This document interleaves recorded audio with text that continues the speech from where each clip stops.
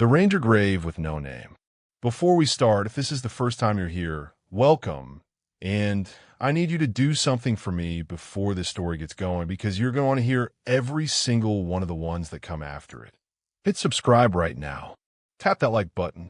And when this is over, drop a comment telling me which detail bothered you the most because I read every single one. And trust me, by the end of this series, you're going to have a lot to say. In this story, we're going to find out why one grave in a quiet, forgotten corner of Yosemite has no name, no date, and no record of ever being dug, and why. Every single year for over a century, the official count of graves in that cemetery has never once matched what's actually standing in the ground. All right, let's get into it.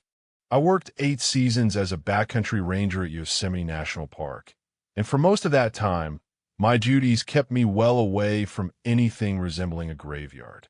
Yosemite is not a park people associate with cemeteries.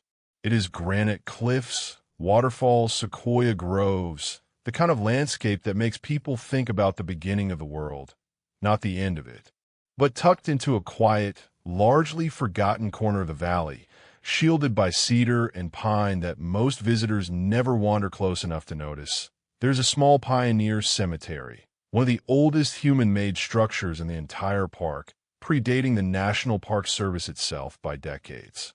I was assigned to that section of the valley during my 3rd season, part of a small crew tasked with basic maintenance, clearing overgrowth, repairing the old iron fence, documenting condition reports on headstones that had been quietly eroding under a century and a half of Sierra weather. It was routine work, quiet work, the kind of assignment most rangers consider a break from the physical demands of backcountry patrol. There's one grave in that cemetery that has never sat right with anyone who has worked near it long enough to really look at it.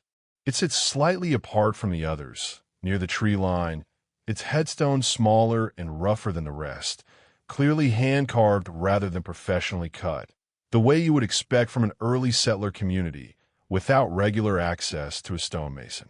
But where every other stone in that cemetery carries a name, a birth year, a death year, sometimes a brief epitaph, this one carries none of that.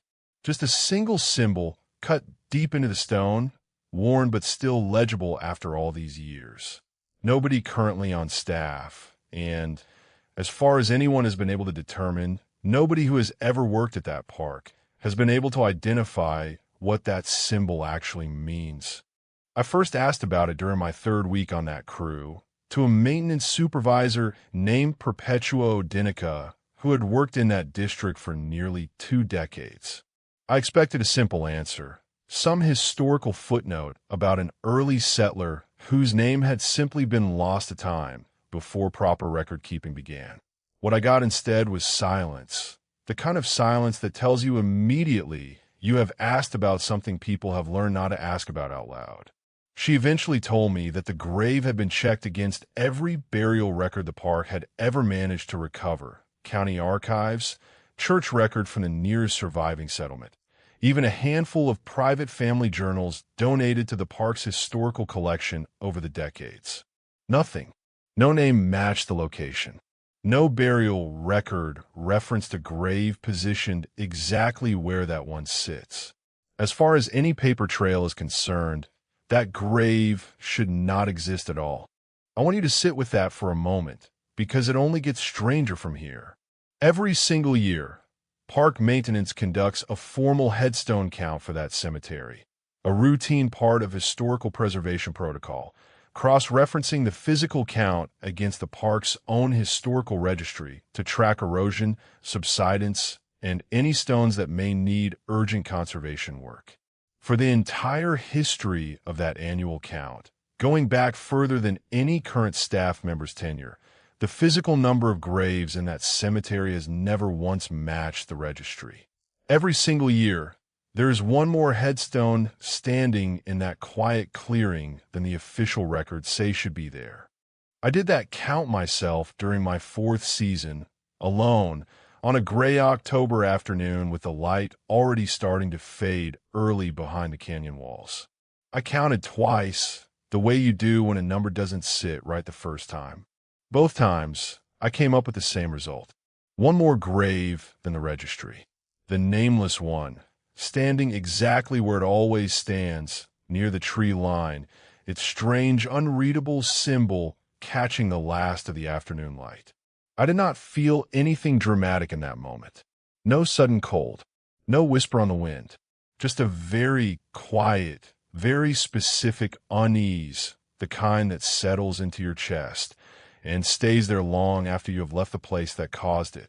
I brought my findings back to Perpetua that evening, and this time she told me something she had never shared with a newer ranger before, something she said she had only ever told 2 other people in her entire career. She told me that on 3 separate occasions across her nearly 20 years working near that cemetery, she had witnessed the fresh disturbance of soil directly around the base of that nameless grave, small, localized settling in the earth, the kind you would expect from a burial that had happened recently, despite the fact that the grave, by every measure available to her, had already been standing in that exact spot for well over a century. She had never reported it formally. She told me she didn't know how she would even begin to write it up in a way that anyone would take seriously. So instead, she simply watched, quietly, every season, waiting to see if it would happen again. I want to tell you what happened during my 6th season, because this is the part of the story I have never been able to fully explain to my own satisfaction, no matter how many times I've gone over it in my head since. I was doing a routine late afternoon inspection alone, checking fence line integrity ahead of the coming winter storms, when I noticed the soil at the base of that grave had shifted exactly the way Perpetua had described to me 2 years earlier. Freshly disturbed, slightly raised, as if something beneath it had settled unevenly. I crouched down to examine it more closely, and that is when I noticed something I had never seen before in all my previous visits to that cemetery. The symbol on the headstone was warm. Not sun-warm, not the residual heat you would expect from stone that had been sitting in afternoon light.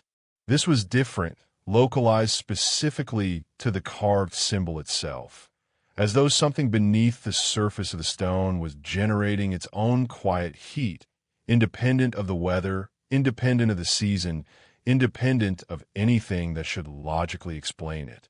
I did not touch his second time. I stood up, took a photograph for documentation, and walked back to the station without looking behind me more than once. When I developed that photograph later, back at the ranger station, something about it was wrong in a way I have never been able to fully articulate to anyone who has not seen it themselves. The symbol appeared exactly as I remembered it, sharp, clear, deeply carved. But the shadow it cast in the photograph did not match the actual angle of the late afternoon sun that day. It fell the wrong direction, as if lit by some other, unseen source entirely. I still have that photograph. I have never shown it to anyone outside the small group of us who worked that cemetery. Perpetua saw it once, and she went quiet in exactly the same way she had the very first time I asked her about that grave, all those years earlier. I want to tell you about one more person who worked near that cemetery before I did, because his story is the reason I never went back there alone again after my 6th season, and the reason I still think, some nights, that I got off easier than he did. His name was Desmond Achterberg, and he had been a seasonal maintenance worker at that park for 3 summers before I ever arrived. Perpetua told me about him carefully, choosing her words the way you choose words when you are describing something you are not entirely sure you should be repeating at all. Desmond, she said, had been the one who first noticed the grave count discrepancy, years before it became something the rest of the crew simply accepted as an unexplainable quirk of that particular cemetery. He had been young, curious, and considerably less willing than the rest of us to leave a mystery unexamined. During his 3rd summer, on a night when he had no legitimate reason to be anywhere near that section of the valley, Desmond hiked out to the cemetery alone, after dark, with a flashlight and a notebook, determined to watch the nameless grave for himself and settle the question once and for all. He told Perpetua what happened the following morning, in a state she described as visibly shaken in a way she had never seen from him before and never saw from him again, because he left the park 2 days later and never came back, not even to collect his final paycheck in person.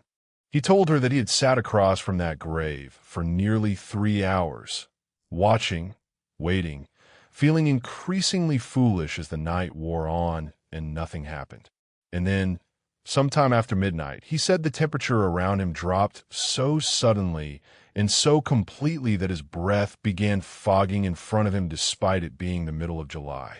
He said the symbol on the headstone began to glow, faintly, the same warm, localized light I would later feel as heat under my own hand 2 years before I ever heard this story. And then, he said, the soil at the base of the grave began to move. Not settle, not shift the way disturbed earth naturally does after rain. Move actively, as though something beneath it were pressing upward against the surface from below. He did not stay to see what happened next.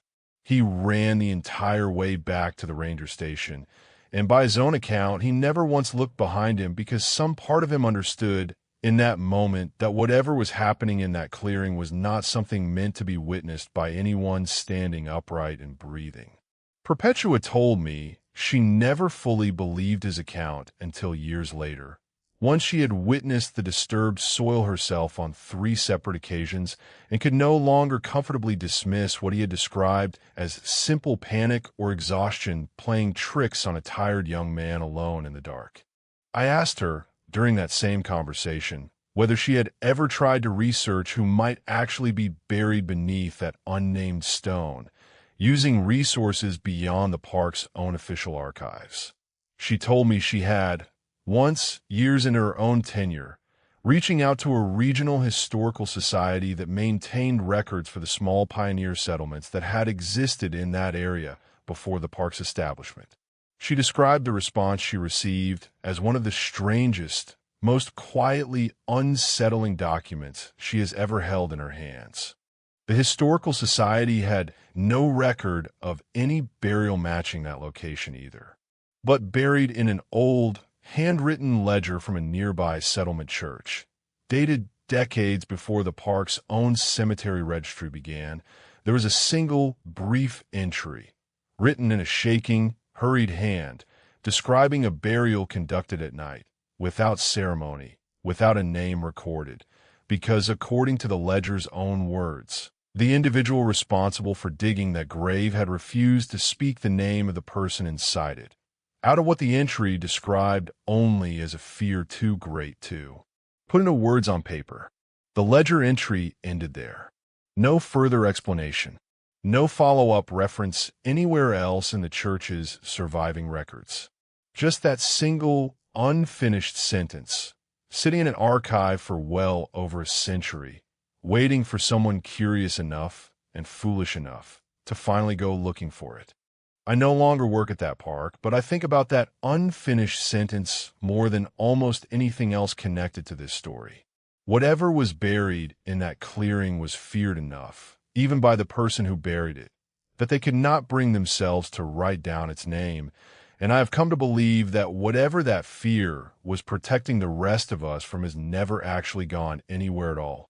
It has simply been waiting patiently, the same way it has apparently been waiting for well over 150 years, for someone to finally stop being careful enough to leave it alone.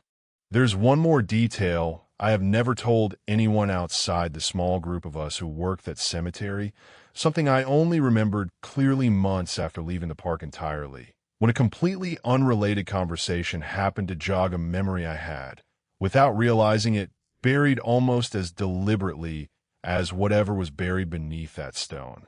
On the night I developed that photograph, the one with the shadow falling the wrong direction, I noticed something else in the frame that I dismissed at the time as a simple flaw in the print. A second shadow, faint, barely visible against the tree line behind the grave, shaped roughly like a standing figure, though no one else was anywhere near that clearing when I took the photograph.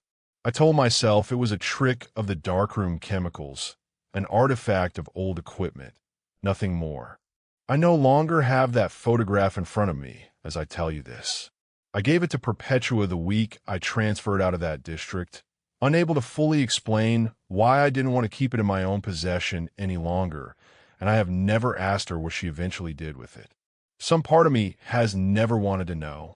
I no longer work at that park, but I think about that cemetery often, particularly late in October, when the light starts to fade early the way it did on the day I saw that soil disturbed for myself. Yosemite is a place people go to feel small in the presence of something enormous, ancient, and indifferent to human time. I have come to believe, without any way of proving it, that somewhere in that quiet clearing near the tree line, something has been counting its own years the same patient way the granite around it has been counting the ages undisturbed, unnamed, and very much still there. And if you think that story is unsettling, you have absolutely no idea what is waiting for you and what happened at a small pioneer graveyard just outside a cave system in Kentucky, where the groundskeepers stopped counting graves altogether because every single time they tried, there was one more than there was supposed to be, and it was never in the same place twice. That story is coming next, and I promise you, it goes somewhere far stranger than this one ever did. Somewhere that involves not just an extra grave appearing, but an entire section of that cemetery that some longtime staff refused to walk through alone, even in broad daylight. I have never gone back to that clearing since the day I left, and I don't intend to, but every October, when the light starts fading earlier than it should, I find myself thinking about that stone, that symbol, and that unfinished sentence in a church ledger written by someone too afraid to name what they had just buried. Some things are better left exactly where they are. I only hope, wherever that grave sits tonight, it stays that way. The cemetery that grows one extra grave. In this story, we're going to find out why a small pioneer cemetery outside a cave system in Kentucky has stopped being counted by the very people responsible for maintaining it, and why every attempt to get an accurate number of graves in that quiet clearing has ended the exact same unsettling way for well over 40 years. Let's get into it. I worked 5 seasons as a resource management ranger at Mammoth Cave National Park. Most of my time was not spent underground in the famous cave system the park is named for. It was spent above ground, managing the smaller, quieter historical sites scattered across the surface, remnants of the small farming communities that existed in that region long before the cave itself became a protected national park. One of those sites is a pioneer cemetery, tucked into a wooded clearing not far from one of the park's less traveled surface trails, a burial ground that predates the park's establishment by well over a century. I want to be clear about something before I go any further.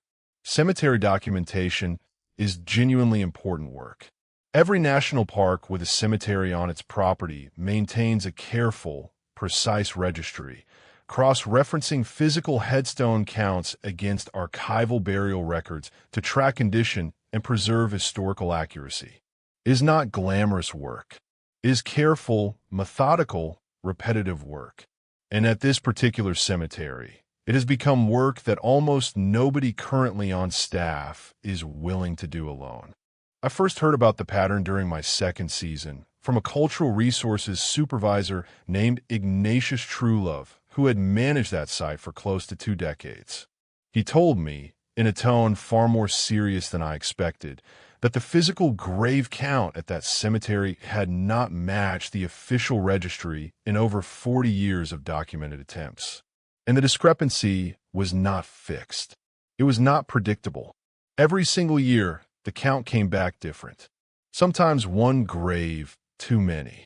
Sometimes 2. On one occasion, according to records Ignatius showed me himself, an entire team of 4 staff members counted the same cemetery independently on the same afternoon and arrived at 4 different totals. I want you to sit with that for a moment. 4 trained professionals standing in the same small clearing, counting the same visible headstones on the same day at the same time, for different answers. I did that count myself during my 3rd season. I want to describe exactly what happened because I have gone over it in my head more times than I can count since. I walked the cemetery methodically, left to right, front to back, marking each headstone on a clipboard as I passed it, the same disciplined method I had used at dozens of other historical sites without incident. I finished my count. I checked it against the registry. One grave too many. A small, weathered headstone near the back corner that did not appear anywhere in the official records. I went back to recount, the way you do when a number surprises you. That headstone was not in the back corner anymore. It was near the front, close to the entrance gate, in a position I was absolutely certain had been empty ground only minutes earlier. I stood there for a long time after that second count, telling myself I had simply miscounted the first time. That fatigue and unfamiliar terrain had led me to misjudge my own position. It is the kind of explanation you desperately want to believe in the moment, because the alternative is considerably harder to live with. I brought my findings to Ignatius that evening. He did not seem surprised. He told me that every single ranger who had ever conducted that count over his 2 decades supervising the site had, eventually, described some version of the same experience. An extra grave appearing in a different location than expected, sometimes subtly, sometimes dramatically, always without any physical evidence of the headstone actually being moved. No drag marks in the soil, no disturbance to the surrounding grass. Nothing that would explain how a heavy, weathered stone marker could relocate itself across a cemetery without leaving a single trace. He told me something else that night. Something he said he had never fully shared with anyone outside a small circle of longtime staff who had earned enough trust over the years to hear it. In his second year supervising that site, he had attempted to solve the mystery definitively by installing a simple trail camera at the cemetery entrance, positioned to capture the entire clearing in a single frame, hoping to finally catch whatever was responsible for the discrepancy in the act. The camera recorded normally for the entire monitoring period, but when Ignatius reviewed the footage afterward, he found something that changed the way he thought about that cemetery for the rest of his career. In every single frame, the grave count matched exactly what the registry said it should be. No extra headstone, no discrepancy at all. The camera, it seemed, had captured a version of that cemetery that simply did not match what any physical visitor to the site had ever actually counted with their own eyes. I want to tell you about a woman named Solveig Anderson, a historical archivist who spent several weeks working alongside our crew during my 4th season, cataloging the cemetery's surviving records for a broader regional preservation project.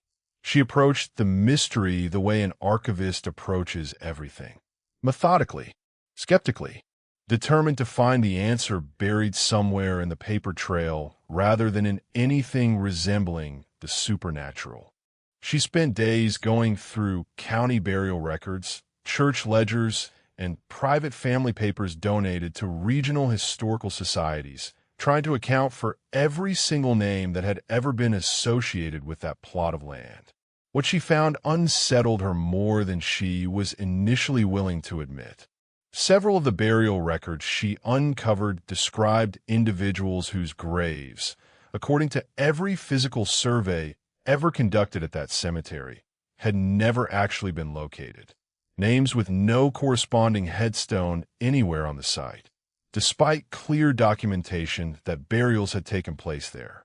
She began to suspect, cautiously and without any confidence she could ever prove it, that the cemetery was not actually gaining graves at all. It was instead, in some sense she struggled to fully articulate, slowly and unpredictably revealing graves that had always been there, physically present in the ground the entire time, simply becoming visible only when the site itself, for reasons none of us could explain, decided to allow it. I want to tell you about one more encounter. Something Ignatius shared with me only during my final week at that park. Once he understood I would soon be leaving and would likely never work at that site again. He told me about a night watchman named Cordwainer Blythe who had been employed by the park decades earlier, back when the cemetery still fell under a slightly different administrative arrangement that required occasional overnight security checks during peak vandalism season.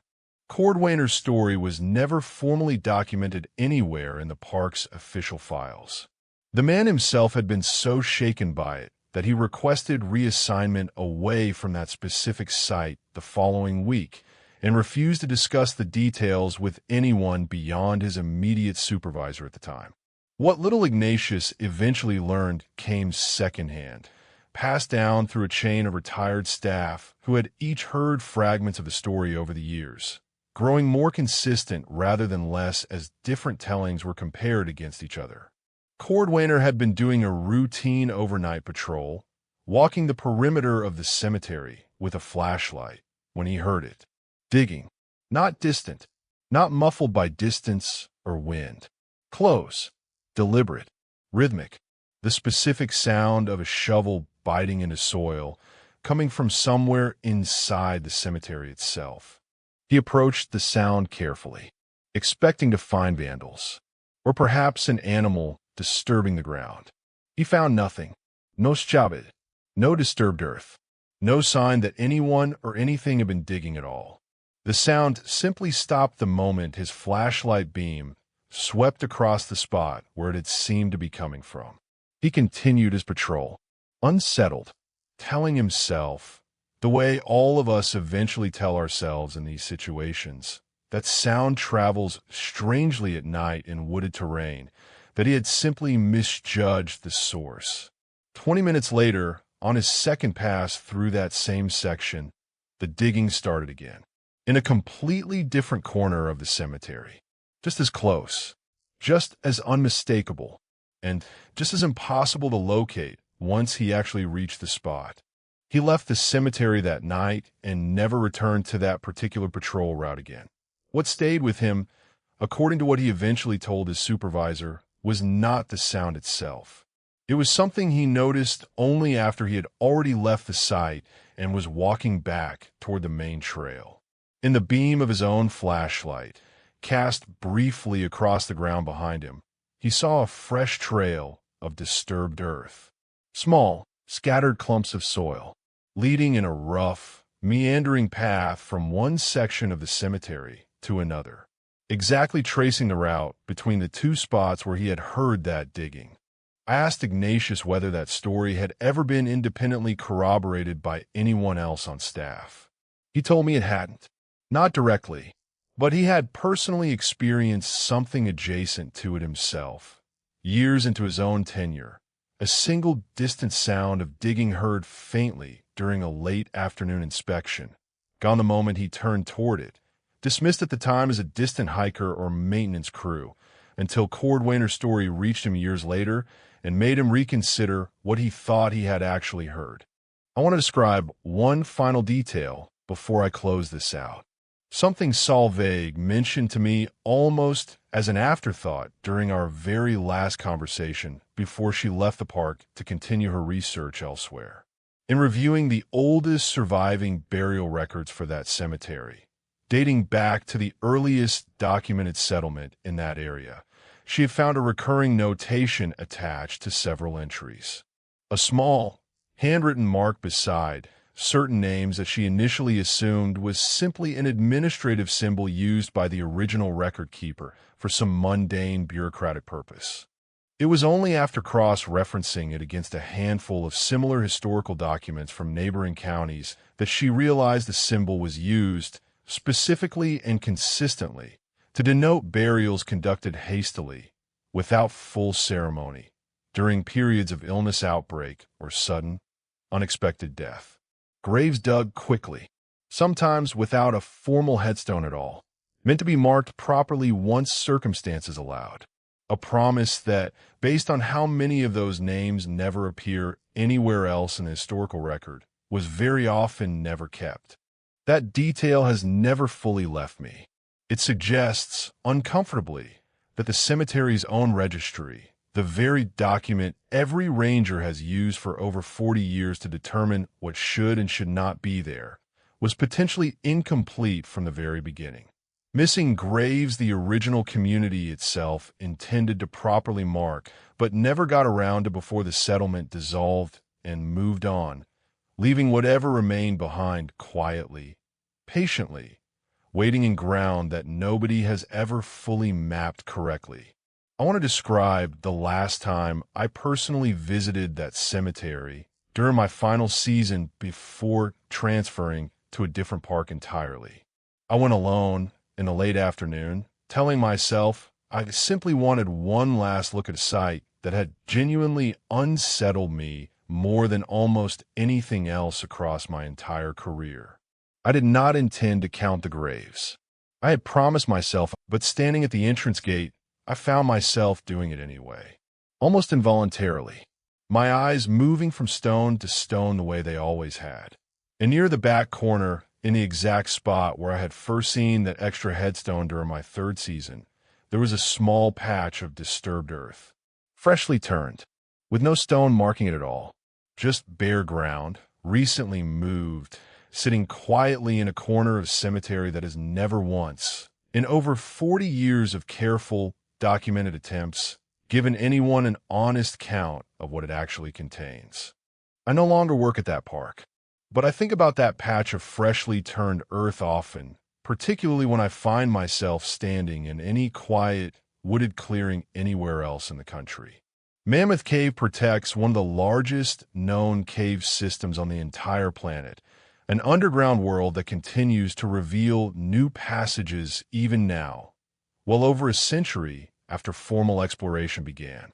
I have come to believe, without any way of proving it, that whatever moves beneath that landscape does not stay confined entirely to the caves the park is famous for, and that somewhere in that small, wooded clearing, the ground itself has been quietly keeping its own private count, one that has never once matched what the rest of us have been willing or able to see. I still keep a copy of my own final count from that last visit, folded in an old field notebook I have never fully thrown away despite having no professional reason to keep it anymore. I look at it sometimes, that small, uneven number scrawled in my own handwriting, and I think about that patch of freshly turned earth waiting quietly in the back corner of a cemetery that has never once told the truth about what it actually holds. Some places simply refuse to be fully known, no matter how many careful counts you take. And that cemetery has refused more consistently and for longer than almost anywhere else I have ever set foot in. And if you thought a cemetery that cannot be counted correctly was unsettling, wait until you hear what happens at a much larger, much older cemetery in Pennsylvania. I have never gone back since that final visit. I tell myself it is because I no longer work in that district. That is only partly true. Mammoth Cave gave me that lesson freely, grave count and all. I remain grateful for it, even now, even after everything I saw in that quiet corner of Kentucky. The ranger who counts the headstones wrong. In this story, we're going to find out why the oldest section of one of the largest military cemeteries in the country cannot be counted the same way twice. Why every ranger who has ever tried, alone, walking that section by themselves, has come away with a different number, and why the park has never once been able to explain it, even after an official survey that was never fully released to the public. Let's get into it. I worked 7 seasons as an interpretive ranger at Gettysburg National Military Park. Most visitors know the battlefield itself, the monuments, the famous ridgelines where thousands of soldiers fought and died over 3 days in July of 1863. Fewer visitors think much about the cemetery, the one built directly adjacent to the battlefield, holding the remains of thousands of Union soldiers, dedicated in a ceremony where President Lincoln delivered a speech that would go on to become one of the most famous in American history. The cemetery is enormous, organized in careful, deliberate sections.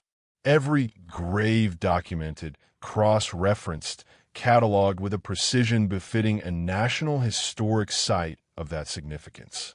It is by every measure one of the most thoroughly recorded burial grounds in the entire country. Except for one section. I want to describe it carefully. It sits in an older part of the cemetery, established in the earliest years after the dedication, before some of the more modern record-keeping standards were fully in place. Most of the graves there are marked, documented, perfectly ordinary. But the headstone count for that specific section has never once matched between two consecutive official surveys. Not once. Not in over a century of documented attempts. I first learned about this during my second season from a cemetery operations supervisor named Thaddeus Wren, who had worked at that site for nearly 25 years. He told me during a routine training walk, in a tone far more careful than I expected, that the section count simply did not behave the way every other section in that cemetery did. Every other section, checked and rechecked over decades, produces the same number every single time. That one section does not. He told me something that stopped me cold. He said that when he first started at that park, a young supervisor at the time had shown him an old internal memo, decades old even then, describing an attempt in the 1950s to conduct a definitive, exhaustive recount of that entire section using a full survey team. Multiple independent counters cross-checked methodically against each other in real time. 5 separate counters. Same section. Same afternoon. 5 different totals. I want you to sit with that for a moment. 5 trained government surveyors, standing in the same enclosed section of a national cemetery, counting the same rows of headstones, arriving at 5 different answers in broad daylight, with no obstruction, no confusion about where the section began and ended. That memo, according to Thaddeus, was never released publicly. He told me it still exists somewhere in the park's internal archive, filed under a records category that requires special authorization to access, not because of any official secrecy policy specifically targeting that incident, but simply because nobody in the decades since has ever felt confident enough about what actually happened to write a public-facing explanation that wouldn't raise more questions than it answered. I did my own count in that section during my 4th season. Alone, on a quiet weekday afternoon in early autumn, the kind of light that makes a cemetery feel peaceful rather than eerie. I walked it methodically, the way I had been trained, row by row, marking each stone. I finished. I checked my number against the official registry. 1 headstone short. Not extra this time. Short. I recounted immediately, standing in the exact same spot, retracing the exact same path. This time, the number matched the registry exactly.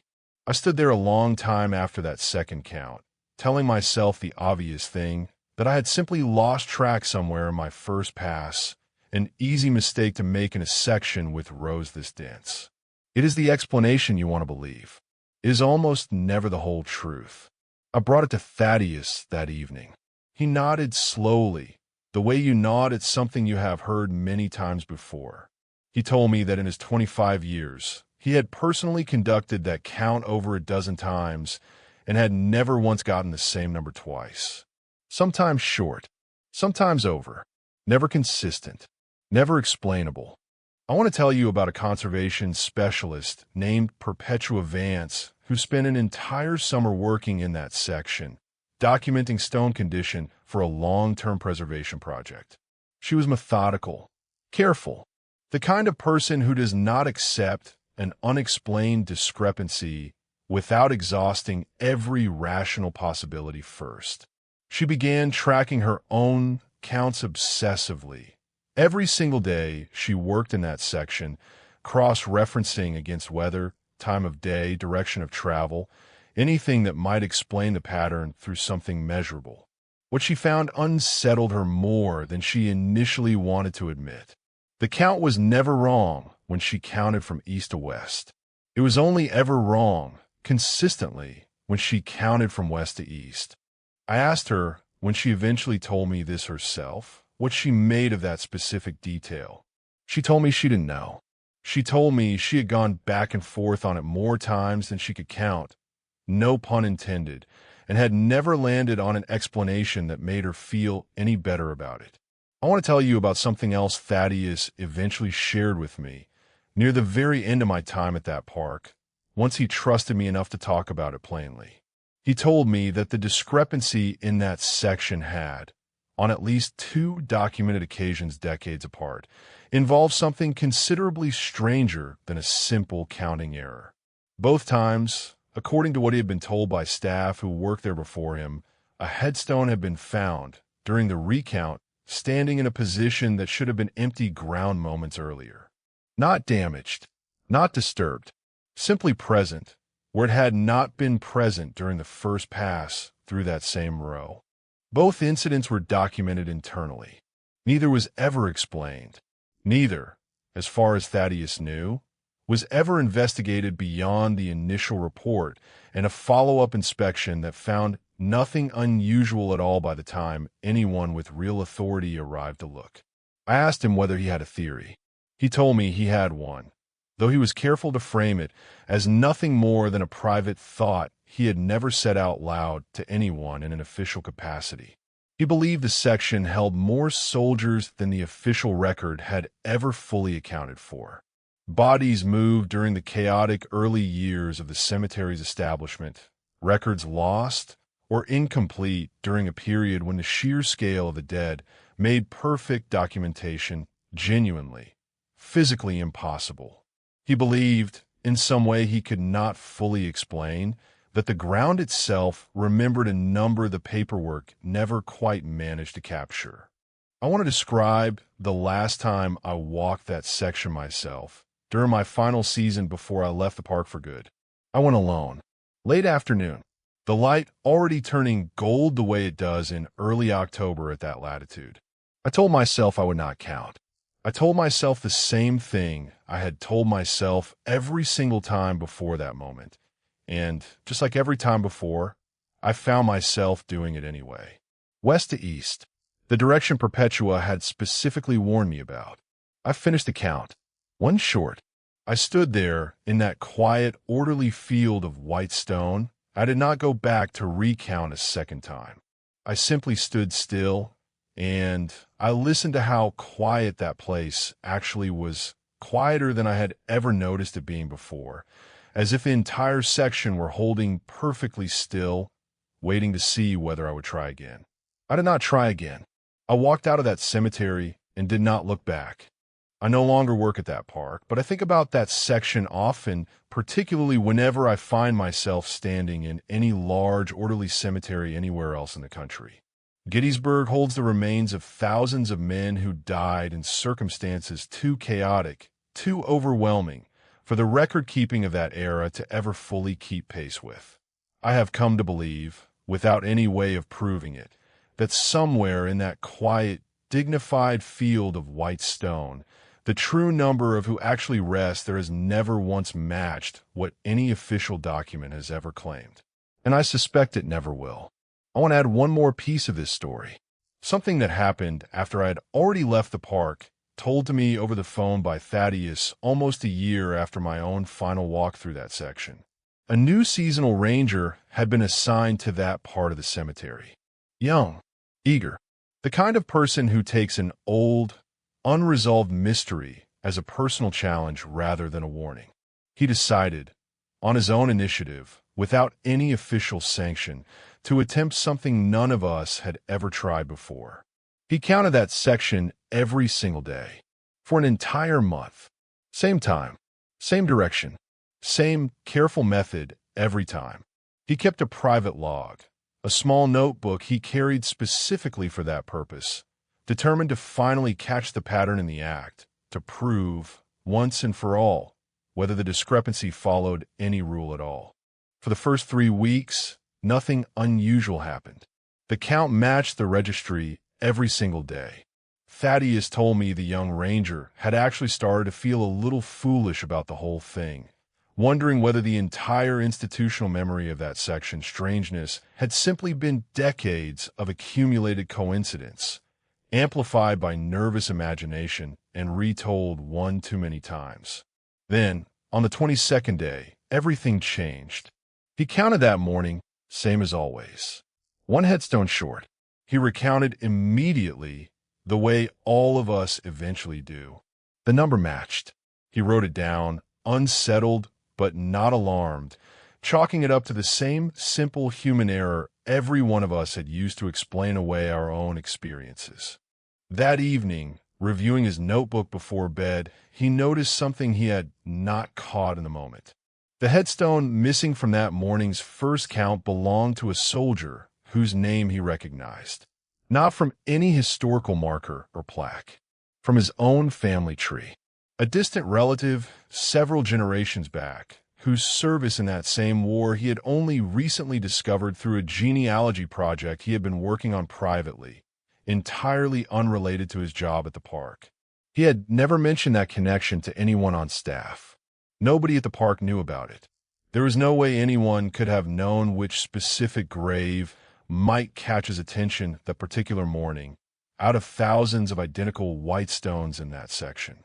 Thaddeus told me the young ranger requested a transfer out of that section within the week. He never explained the full reason to his supervisors. He simply said he needed a change and left it at that. I have thought about that story more than almost anything else connected to this cemetery, because it suggests something I have never been fully comfortable considering directly, that whatever is happening in that section is not simply random. That it might, in some way none of us can explain, know exactly who is standing there counting, and exactly which name might mean something to them. I want to share one final detail before I close this out. Something Perpetua told me during our very last conversation, after her own summer of careful documentation had ended without producing any explanation she found satisfying. She told me that in her final week working in that section, she had gone back through her own detailed condition notes, the one she had taken for the preservation project itself, completely separate from her private tracking of the count discrepancy. She noticed that the headstones most frequently associated with the miscount, the specific stones that seemed to appear or vanish depending on direction of travel, were disproportionately clustered among a specific group of graves. Graves belonging to soldiers whose bodies, according to the earliest surviving burial records, had been identified only partially. Fragments. Uniforms without complete remains. Names assigned based on circumstantial evidence rather than certain identification. She never finished that analysis. Her contract ended before she could complete a full statistical review, and she told me, somewhat apologetically, that she had never found funding or institutional interest to return and finish the work properly. I no longer work at that park, but I think about that unfinished analysis often.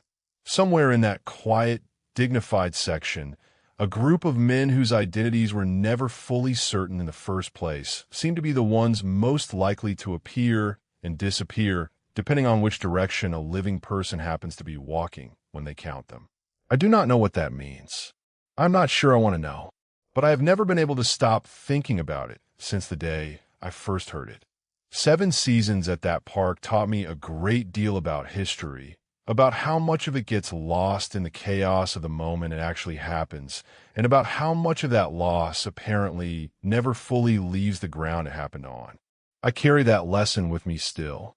Every time I walk through any large, orderly cemetery anywhere else in the country, I count without meaning to. I always will. Thaddeus still supervises that section today, as far as I know. Still walking it once a year, alone, the same careful, patient dread every one of us who has ever counted those stones eventually learns to carry. I hope whoever inherits that responsibility after him, they count from east to west. Every single time. Some places simply refuse to be fully known, no matter how careful the survey, no matter how many trained professionals stand there with clipboard trying to pin down a single, honest number. That section has refused more consistently, and for longer than almost anywhere else I have ever set foot in. Gettysburg gave me that lesson freely. Section and count and all. I remain grateful for it Even now, even after everything I saw standing quietly in that field of white stone, I still keep my own count from that final walk, folded into an old field notebook I never got rid of. West to east, one short. I have never gone back to check whether it would still say the same thing today. Some part of me does not want to know. The rest of me suspects it already does. That is the honest truth of it, more than any theory I ever tried to build to explain it. Some numbers are simply not meant to be counted twice. And if you thought a cemetery that changes its own count depending on which direction you walk was unsettling, wait until you hear what happens at a quiet corner of a battlefield in Tennessee, where one specific grave has been found freshly dug every single time anyone checks on it, for well over a century, despite the fact that nobody, not one single person in that entire span of time, has ever actually seen a shovel touch that ground. That story is coming next, and it involves a detail about that grave's exact depth that the park has measured 17 separate times and never once gotten the same number twice. The grave that's always freshly dug. In this story, we're going to find out why one specific grave at a battlefield cemetery in Tennessee has been found freshly dug every single time anyone checks on it, for well over a century, and why no one, not one single person in that entire span of time, has ever actually seen a shovel touch that ground. Let's get into it. I worked 6 seasons as a cultural resources ranger at Shiloh National Military Park, a site preserving one of the bloodiest battles of the entire Civil War. Over 23,000 casualties across 2 days of fighting in April of 1862. Most of my work involved monument preservation, battlefield interpretation, and general oversight of the park's small national cemetery. Established shortly after the war to consolidate the remains of Union soldiers scattered across that field. Most of that cemetery is exactly what you would expect. Rows of white marble, carefully maintained, quiet and orderly, except for one grave, near the edge of the cemetery, close to the tree line, positioned slightly apart from the surrounding rows in a way that has never quite been explained by the original cemetery plans. I want to describe it carefully. The headstone is ordinary. The name on it is documented, cross-referenced against military service records. A soldier confirmed to have died during the battle and buried at that location shortly afterward. Nothing about the historical record is unusual at all. What is unusual is the ground itself. Every single time anyone inspects that grave, whether for routine maintenance, condition assessment, or simple curiosity, the soil directly around and above it appears freshly disturbed. Dark, loose, the specific texture of earth that has recently been turned by a shovel. Despite that grave being over a century and a half old. Despite the fact that no maintenance work has ever been authorized or conducted at that specific location in living memory. I first learned about this during my 2nd season from a cemetery caretaker named Osgood Merriweather, who had worked at that site for nearly 2 decades. He told me, walking me past that grave during a routine tour of the grounds, that the soil there had never once looked settled, not in his entire tenure. Every single morning inspection, every single condition report, fresh, loose, as if the burial had happened the night before rather than 160 years ago. I asked him the obvious question, whether the soil composition at that specific spot might simply drain or settle differently than the surrounding ground. Some quirk of local geology that kept it perpetually loose regardless of age. He told me that theory had been tested directly decades earlier when a soil scientist visiting the park for an unrelated survey took samples from that grave and from several comparable graves nearby, hoping to identify a mundane explanation once and for all. The results showed no meaningful difference in soil composition between that grave and any other in the cemetery. The same clay content, the same drainage properties, the same everything. There is no scientific reason that grave should behave any differently than the hundreds of identical graves surrounding it. I experienced this myself directly during my third season, conducting a routine annual condition survey of the entire cemetery, a task that required documenting every headstone's physical state, including ground level and soil condition around the base. I reached that specific grave last, having saved it deliberately, telling myself I simply wanted to be thorough rather than admitting the real reason, which was that some part of me had been quietly dreading it all morning. The soil was exactly as Osgood had described. Dark, loose, freshly turned. I crouched down and touched it. The way you touch something you don't quite believe with your eyes alone. It gave beneath my fingers the way genuinely fresh earth gives. Soft, recently disturbed. Nothing like the compacted, settled ground surrounding every other grave in that entire cemetery. I want you to sit with that for a moment. A grave over 160 years old. Soil that should have compacted and settled generations ago. Instead behaving physically exactly like earth that had been dug the day before. I brought my findings to Osgood that evening.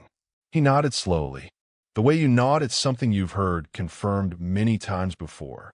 He told me that the park had, at one point decades earlier, attempted to measure the actual depth of that grave, hoping a precise physical measurement might reveal something the visual inspection alone could not. That measurement has been repeated 17 separate times over the decades since. Never once has it come back the same number twice. I want to tell you about a park historian named Perpetua Solano who spent an entire summer researching that specific soldier's history, hoping some detail from his life or death might explain the pattern. She found his military records without much difficulty, confirmed his death during the second day of fighting, confirmed his burial at that location, documented by a chaplain's letter home describing the hasty, difficult conditions under which so many soldiers had to be buried in the days immediately following the battle, when the sheer scale of casualties overwhelmed any possibility of proper, careful interment. She found something else, buried in that same chaplain's letter, that changed the way she thought about the grave for the rest of her research.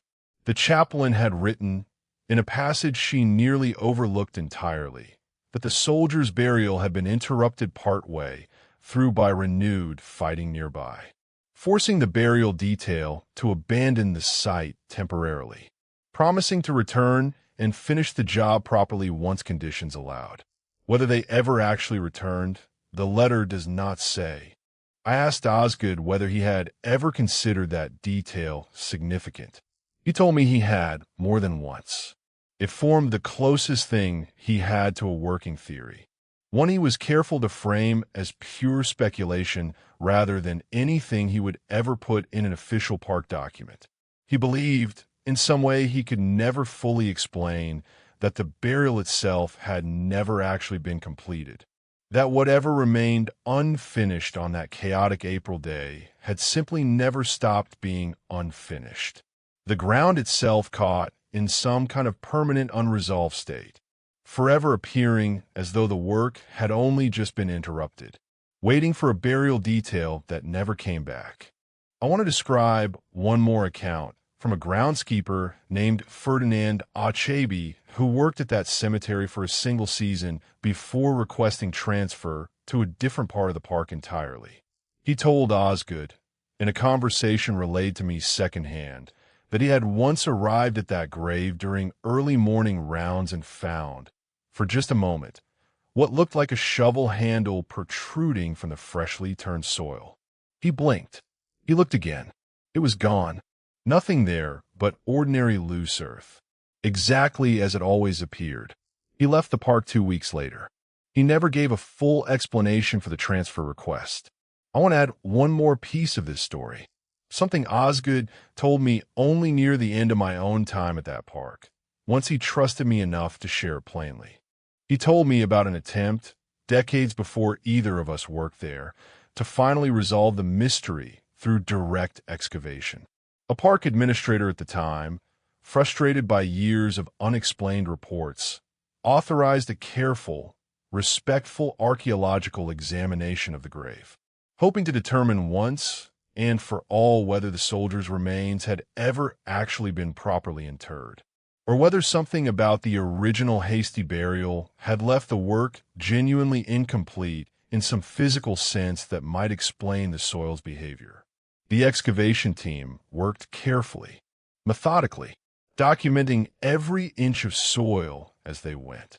They found the soldiers' remains exactly where the historical record indicated they should be, properly positioned, undisturbed, everything consistent with a completed, if hurried, wartime burial.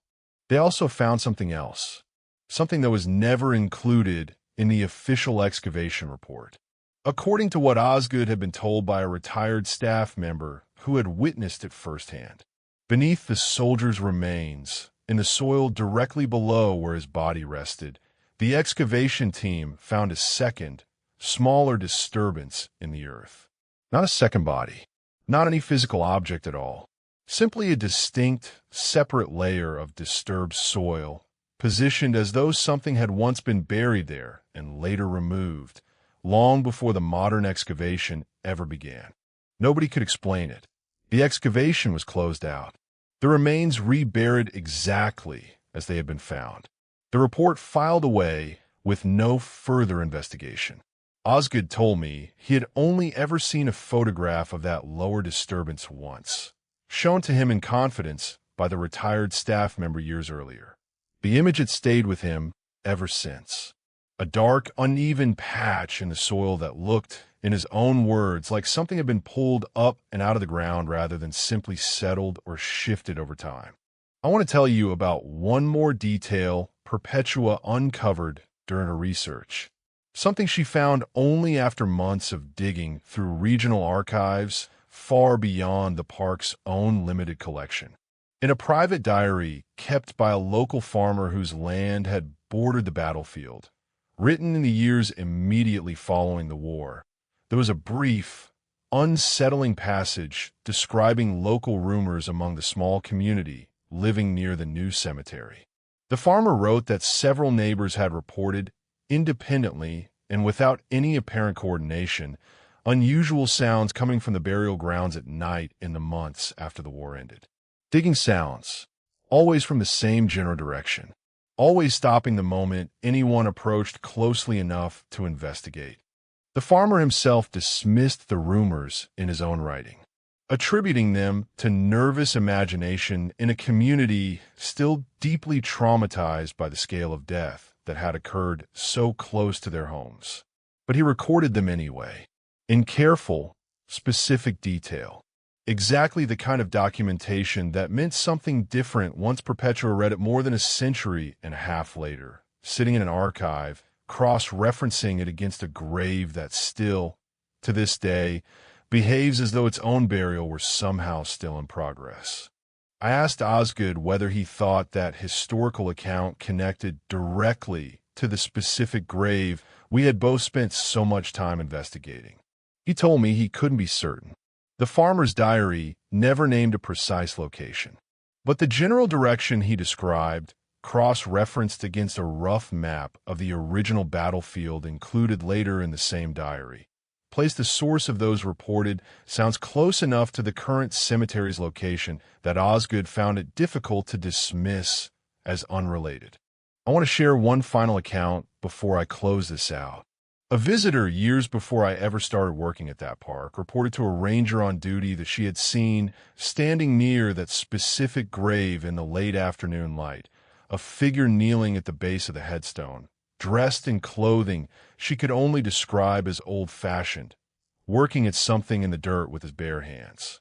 She assumed, in the moment, that she was simply watching a groundskeeper performing some routine maintenance task. She thought nothing further of it until she mentioned the encounter casually at the visitor center on her way out, only to be told, gently but firmly, that no groundskeeper had been scheduled to work that section of the cemetery that entire day. I want to describe the last time I personally inspected that grave during my final season before leaving the park for a different assignment entirely. I went alone, in the early morning, the specific hour when the light is still gray and the whole cemetery feels held in a kind of suspended stillness. I crouched down at the base of that headstone one final time. The soil was fresh. It was always fresh. I had stopped expecting anything else by that point. But this time, kneeling there in the gray morning light, I noticed something I had never let myself fully register before. A faint depression in the loose earth, roughly the length and width of a human hand, as though someone had recently pressed their palm flat against the ground and lifted it away. I did not touch it. I stood up and I walked away, and I did not look back until I had crossed the entire width of that cemetery and reached the gate. I no longer work at that park, but I think about that grave often, particularly whenever I find myself standing near freshly turned soil anywhere else in the country. The ordinary kind. The kind that means nothing more than a gardener's recent work or a groundhog's recent tunnel. Shiloh holds the remains of thousands of men who died in circumstances so overwhelming that proper burial itself became, for many of them, a promise the living simply could not keep in time. I have come to believe, without any way of proving it, that somewhere in that quiet cemetery, one specific piece of unfinished work has simply never stopped being unfinished. The earth itself, holding open a task that no burial detail ever returned to complete. I no longer work at that park, but I still think about that hand-shaped depression in the soil more than almost anything else connected to this story. 6 seasons working alongside that grave taught me more about the weight of unfinished obligation than almost anything else I've carried away from this line of work. I hope, wherever that burial details promise went unkept all those years ago, someone eventually finished it properly.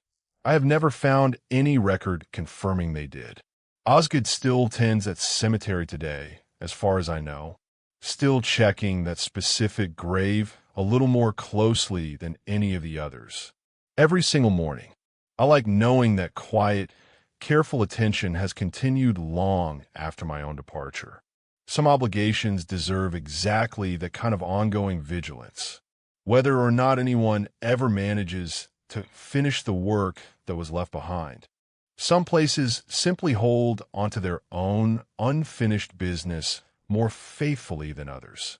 That grave has held onto its share more faithfully and for longer than almost anywhere else I encountered across my entire career preserving battlefield history.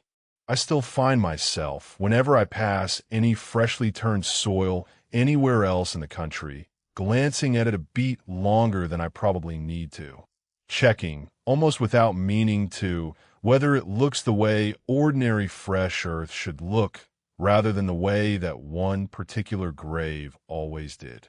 Most of the time, of course, it is nothing but an ordinary gardener's work, gone within the week as the ground settles back into itself the way it should. That grave never settled. Not once. Not in over a century and a half of anyone bothering to check. That, more than any theory anyone ever offered me about soil composition or drainage, feels like the truest thing I can say about the 6 years I spent working alongside that quiet, unfinished piece of ground.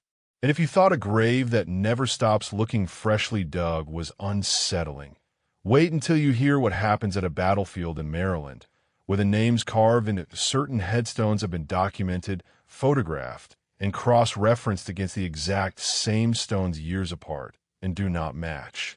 Different names, same stones, same careful photographs. And nobody at that park has ever been able to explain how a name carved permanently into solid marble could simply change into another name entirely, without a single mark of fresh tool work anywhere on the surface. That story is coming next. The names that change on the headstones. In this story, we're going to find out why a set of headstones at a battlefield cemetery in Maryland have been photographed, documented, and compared against each other years apart, and simply do not match. Different names. Same stones. No visible tool marks anywhere on the surface. And nobody at that park has ever been able to explain how solid marble does that. Let's get into it. I worked 6 seasons as an interpretive ranger at Antietam National Battlefield, preserving the site of the single bloodiest day in American military history. Over 22,000 casualties in a single day of fighting in September of 1862. Most of my work involved battlefield monument preservation and general cultural resource protection across a landscape still carrying the physical scars of that day, more than a century and a half later. Adjacent to the battlefield sits a national cemetery, established shortly after the war, holding the remains of thousands of soldiers. Most of it is exactly what you would expect from a site of that significance. Careful, orderly, thoroughly documented, except for one row. I want to describe it carefully. A short row of headstones near the older section of the cemetery, established in the earliest years after the dedication. The names on those stones are documented in the official registry, cross-referenced against military service records. Entirely ordinary by every measure of historical accuracy, except the names in the photographs do not always match the names in the registry. I first learned about this during my 2nd season from a cemetery preservation specialist named Cordelia Whitlock, who had worked at that park for nearly 18 years.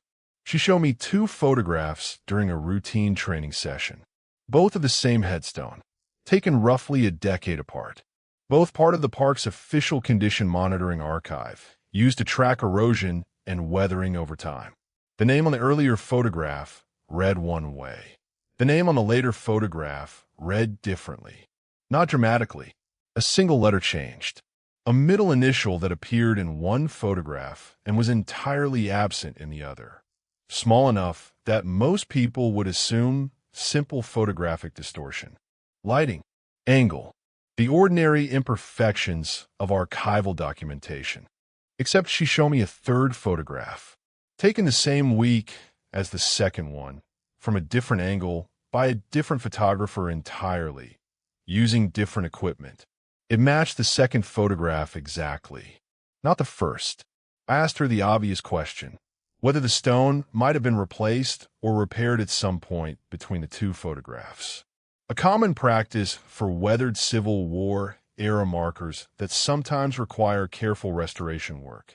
She told me she had checked the park's own maintenance records specifically for that possibility. She found no documentation of any repair, replacement, or restoration work performed on that specific headstone during the entire period between the 2 photographs. I want you to sit with that for a moment. A single, solid marble headstone. No repair work documented. No replacemento será este. And a name that simply, quietly changed sometime in the years between 2 official photographs, with no visible tool marks, no fresh cutting, no evidence of any physical alteration at all. I began my own informal tracking during my 3rd season, comparing every archived photograph of that row against the current physical stones, cataloging every discrepancy I could find. I found 4 more instances across that same short row, each one small, each one easy to dismiss individually, each one considerably harder to dismiss once you had 4 of them sitting side by side. I brought my findings to Cordelia. She told me she had been quietly tracking the same pattern herself for years, keeping her own private file separate from any official park record, because she genuinely did not know how to write up an explanation that wouldn't sound absurd to anyone reading it without having seen the photographs themselves. I want to tell you about a conservator named Bartholomew Aldrich, brought in from outside the park specifically to assess whether the discrepancies might reflect some unusual weathering pattern in that specific section of stone. Perhaps a mineral variation that caused certain letters to fade or darken unevenly over time, creating the illusion of a changed name under different lighting conditions. His assessment, conducted over several days of careful, direct examination, found no such variation. The marble in that row was chemically and structurally identical to every other headstone in the cemetery.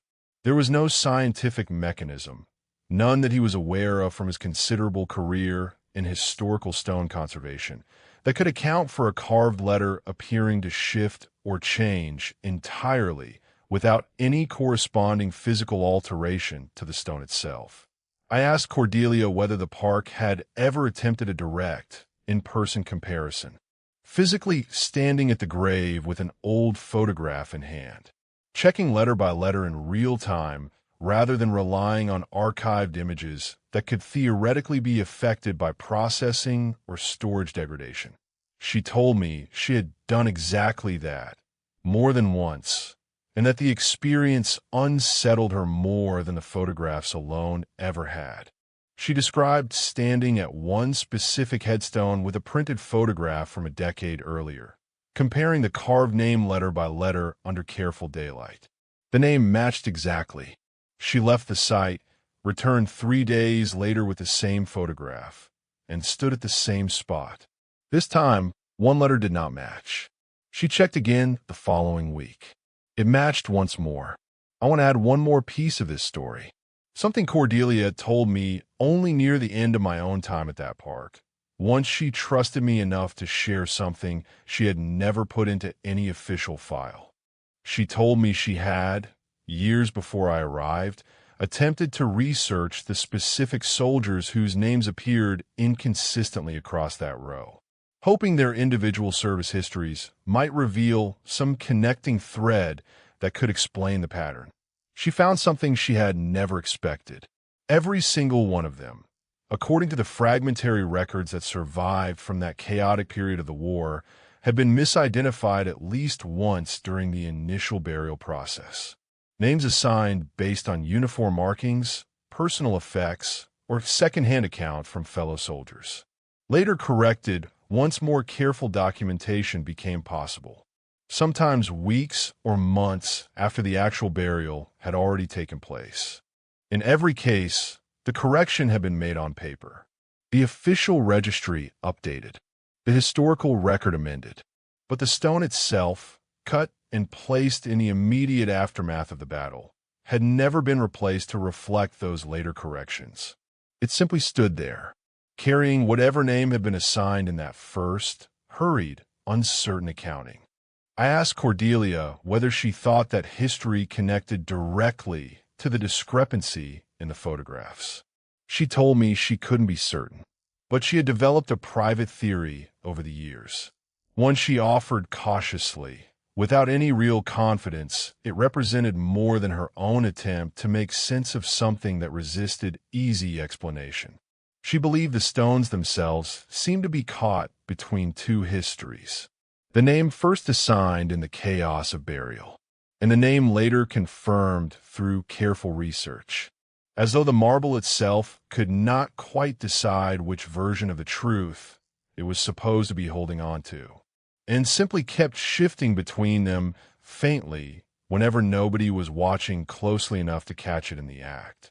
I want to tell you about one more account from a visiting genealogist named Perpetua Aldana, who came to that cemetery searching for a distant ancestor she believed might be buried in that specific row. She arrived with a photograph of an old family headstone rubbing, taken generations earlier by a relative who had visited the site decades before, hoping to confirm a connection by comparing the old rubbing against the current stone. The name did not match. Not a small discrepancy either. An entirely different surname. Close enough in general shape and letter count that she could understand, in theory, how a careless transcription error might account for it, but different enough that she left the cemetery convinced she had simply been given the wrong location by her own family's imperfect oral history. She mentioned the discrepancy to a ranger on duty before leaving, mostly out of simple, disappointed curiosity. She was told, gently, that the park had, in fact, received several similar reports over the years. Visitors arriving with old family documentation that simply did not match what currently stood at that specific location. Despite every official park record confirming that specific stone had never been moved, replaced, or altered since its original placement in the 1860s. I asked Cordelia whether she had ever compiled those visitor reports into any kind of formal record. She told me she had started to informally in the same private notebook where she tracked her own photographic comparisons. By the time she showed it to me, she had accumulated close to a dozen separate accounts, spanning multiple decades, all describing some version of the same experience. A name that did not match what family history, old photographs, or personal memory insisted it should be. I want to share one final detail before I close this out. Bartholomew, the conservator brought in to examine the stone's physical composition, mentioned something to Cordelia during his final visit that never made it into his official written assessment. He told her that while running his hands carefully along the carved letters during his examination, feeling for any physical inconsistency his eyes might have missed, he noticed the stone felt, in his own words, subtly different depending on which letter he touched. Not in temperature or texture in any way he could scientifically measure or explain. Just a faint, difficult to articulate sense that some letters felt more settled beneath his fingers than others, as though certain parts of that carved name had existed in that stone far longer and far more completely than the rest. I want to describe the last time I personally documented that row during my final season before transferring away from that park entirely. I brought a fresh printed photograph and stood at each headstone in that short row, checking name against name, letter against letter, the way Cordelia had taught me to do carefully and methodically. Every name matched, every single one. I stood there for a long time afterward, oddly disappointed, the way you feel disappointed when a pattern you've spent years tracking simply refuses to show itself on the one day you most wanted it to. I turned to leave, and as I did, from the corner of my eye, I caught the very last stone in that row, the one I had checked first and confirmed matched. For just a moment, in that shifting afternoon light, the name looked wrong. I turned back immediately. It was correct again, exactly as documented. I have never been certain whether I actually saw something change in that instant, or whether years of tracking a pattern like that finally caught up with my own eyes, teaching them to see movement and stillness the way tired eyes eventually do.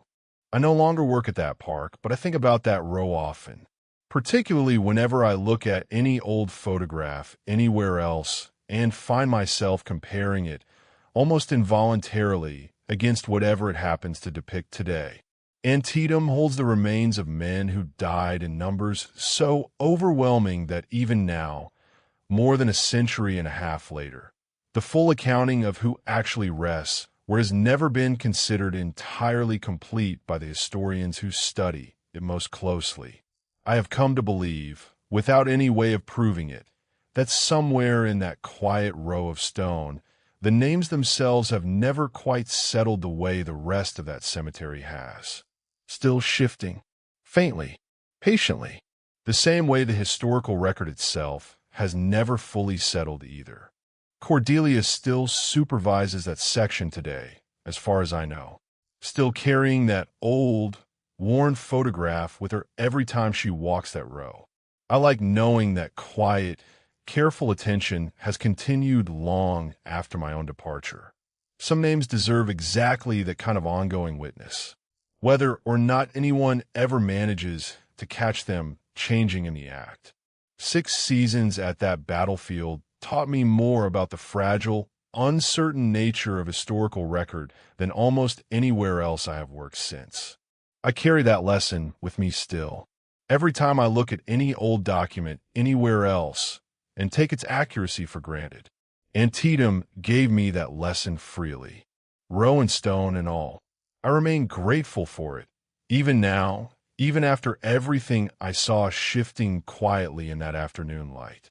And if you thought headstones that changed their own names was unsettling, wait until you hear what happens at a cemetery in Mississippi, where a modern ranger discovered a grave belonging to someone with his own exact name, buried over 100 years before he was ever born, and then began seeing that same ranger, himself, standing quietly near that grave, late at night, when he knew for certain he was somewhere else entirely. That story is coming next, and it is, without question, the one that unsettled me more than any other story in this entire series. I still find myself, whenever I photograph anything for my own records now, taking a second picture immediately afterward, just to compare. A small, private habit left over from 6 seasons spent working alongside a row of stone that never quite stayed still long enough to be fully trusted. Most of the time, of course, the two photographs match perfectly. They always should. But every so often, comparing them side by side, I find myself checking a little more carefully than the task actually requires, half expecting, in some small irrational corner of my mind, to find a single letter different between one frame and the next. I have never found one, not since leaving that park. But I have also never stopped checking, and I suspect I never will, not after everything that row of stone taught me about how little we can actually take for granted, even when it comes to something carved permanently in a solid marble a century and a half ago. Some places simply refuse to hold a single, settled truth, no matter how carefully you document them, no matter how many photographs you take across how many decades. That row has refused more consistently and for longer than almost anywhere else I have ever pointed a camera in my entire career. I want to mention one last thing before I let this one go. Perpetua, the genealogist who left that cemetery convinced her own family history had simply been wrong, wrote to Cordelia almost a year later. She had kept digging on her own long after her disappointing visit and had eventually found an old county record listing a burial detail correction for that exact plot, dated decades after the war, confirming that the name on the stone had, at some point in the historical record, briefly been listed as her own ancestor's name before being corrected back to the name currently standing there today. On paper, at least. She never explained why she felt compelled to write and share that discovery. Cordelia told me she thought she understood anyway. Some questions, once you start asking them, never really let you go. The ranger buried who still reports for duty.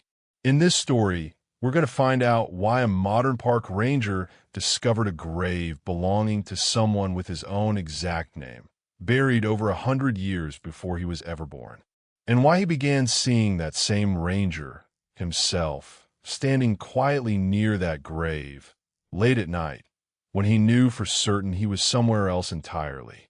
Let's get into it. I worked 5 seasons as a backcountry ranger at Vicksburg National Military Park, preserving the site of one of the most decisive campaigns of the entire Civil War, a 47-day siege that ended in July of 1863. Most of my work involved monument preservation and general oversight of the park's National Cemetery, one of the largest of its kind in the country, holding the remains of more than 17,000 Union soldiers. I want to tell you about a colleague, a ranger named Desmond Falk, who transferred into our district during my 2nd season. Young, sharp, genuinely good at the job, and carrying a name that would, within a matter of weeks, completely change the way he understood his own place at that park. It happened during a routine cemetery inventory project. Desmond had been assigned to catalog a specific section of graves, cross-referencing headstones against the official registry as part of a broader digitization effort. He was working alone, methodically, moving row by row, when he reached a headstone that stopped him cold. Desmond Falk, the exact name, not a similar name, not a coincidental family resemblance. The precise, unusual spelling of his own uncommon surname, carved in a marble that had stood in that ground since 1863, more than a century before he was ever born. I want you to sit with that for a moment. A man walks into work one ordinary morning, assigned to document a section of graves he has walked past a dozen times without incident, and finds his own exact name staring back at him from stone that predates his birth by well over 100 years. He brought it to me immediately. I remember exactly how unsettled he looked, standing at my office door, holding a printed photograph of the headstone in a hand that was not quite steady. We checked the registry together, confirmed the name, confirmed the date. A soldier, unrelated as far as either of us could determine through any genealogical record either of us had immediate access to, who had died during the siege and been buried in that exact spot. Desmond laughed it off at first, the way you do when something strange happens and you desperately want a mundane explanation to feel sufficient. A coincidence, an unusual name that had simply repeated itself across the generations, the way names sometimes do. He went back to his cataloging work. I assumed the matter was closed. It was not closed. Not for him. 3 weeks later, he came to me again, and this time he was not laughing. He told me he had been having trouble sleeping. Not ordinary insomnia. Something specific. He kept waking consistently at the exact same hour each night with a distinct, lingering impression of having been somewhere he had not actually been. Standing near that grave, in the dark, though he had never once, by his own clear and confident account, actually left his own bed during any of those nights. I asked him what made him so certain. He told me about the mud. 3 separate mornings, he had woken to find his boots left by his bedroom door the night before, carrying fresh soil on the soles. The specific reddish clay soil found only in that particular section of the cemetery, distinct from the soil anywhere else on the property, a detail he was certain of because he had spent weeks working directly in that soil during his own cataloging project. I want to tell you about what happened next, because this is the part of the story that changed how seriously I took the whole situation. A night shift security guard named Otto Bramwell, working an entirely unrelated overnight patrol route through a different section of the park, reported seeing a ranger standing near that specific grave at close to 2 in the morning. She described him clearly enough to identify by uniform and build. She assumed it was Desmond doing some kind of unauthorized after-hours work and made a note in her patrol log without thinking much further of it. Desmond was at that exact hour, according to his own girlfriend at the time, asleep in his own bed in a house 15 minutes from that cemetery the entire night. I asked Otto directly whether she was certain about the timing. She checked her own patrol log with me. 2:17 in the morning. She was confident. She had even called out a friendly greeting to the figure from a distance, receiving what she described as a brief, polite nod in response, before continuing her own patrol route without thinking anything unusual had occurred. I want to describe what happened when Desmond and I went to that grave together during daylight hours, hoping a direct, shared examination might settle the matter one way or another. We stood there for a long time, reading the name, his name, confirming the dates, confirming the historical record. Desmond told me, standing there, that he felt something he had never quite felt at any other grave in that enormous cemetery, despite having walked past thousands of identical white headstones over the course of his cataloging project. Not fear exactly, something closer to recognition, a strange, quiet sense of familiarity he could not explain and did not want to examine too closely. I want to tell you about a park historian named Perpetua Solano, who researched the original soldier's service record at Desmond's own request, hoping some detail from that man's life might explain the strange resonance Desmond kept describing. She found his enlistment papers, his unit assignment, a brief, incomplete account of his death during one of the campaign's final assaults. She found something else, a detail that unsettled Desmond more than anything else in this entire story. The original soldier's listed occupation, recorded on his enlistment papers before the war, was land surveyor. a profession that in 1863 involved exactly the kind of careful, methodical documentation and cataloging work that Desmond himself had been doing in that cemetery the very day he first found that grave. I asked Desmond whether he found that detail comforting or unsettling. He told me he genuinely didn't know. He told me it felt, more than anything else, like being handed a piece of a puzzle he had never asked to be given, one he now had no way of setting back down. I want to describe the last conversation I had with Desmond before he requested a transfer to a different park entirely 3 months after that first discovery. He told me the nighttime episodes had continued. Not every night, just often enough that he had stopped being able to convince himself they weren't real. He told me the last one had been different from the rest. He had woken, as always, with the same lingering sense of having stood near that grave. But this time he remembered a single, clear fragment of what he described only as a feeling of being watched over, rather than the reverse. He left the park 2 weeks later. I have not spoken to him since, though I heard, secondhand, that he continued his career at a different historic site entirely, one with no cemetery on its grounds at all. I no longer work at that park, but I think about Desmond often, particularly whenever I encounter my own name written somewhere unexpected, an old document, an unrelated record, a coincidence that means nothing at all until, for just a moment, it feels like it might mean everything. Vicksburg holds the remains of more than 17,000 men, most of them buried without full identification. Entire sections of that cemetery marked only as unknown. I have come to believe, without any way of proving it, that somewhere among those thousands of anonymous graves, certain names simply refuse to stay fully buried, waiting patiently for someone to arrive who shares enough of themselves with the past to finally be recognized by it. I want to add one more piece of this story. Something Perpetua uncovered only after Desmond had already left the park, sent to me directly because she knew I had been the one he confided in most throughout the whole ordeal. She had continued researching the original soldier's history on her own time, curious enough about the coincidence that she found herself unable to fully let it go, even once Desmond himself was no longer around to ask about it. She located a surviving letter, written by the soldier to his family only weeks before his death, part of a small private collection donated to a regional historical society decades earlier.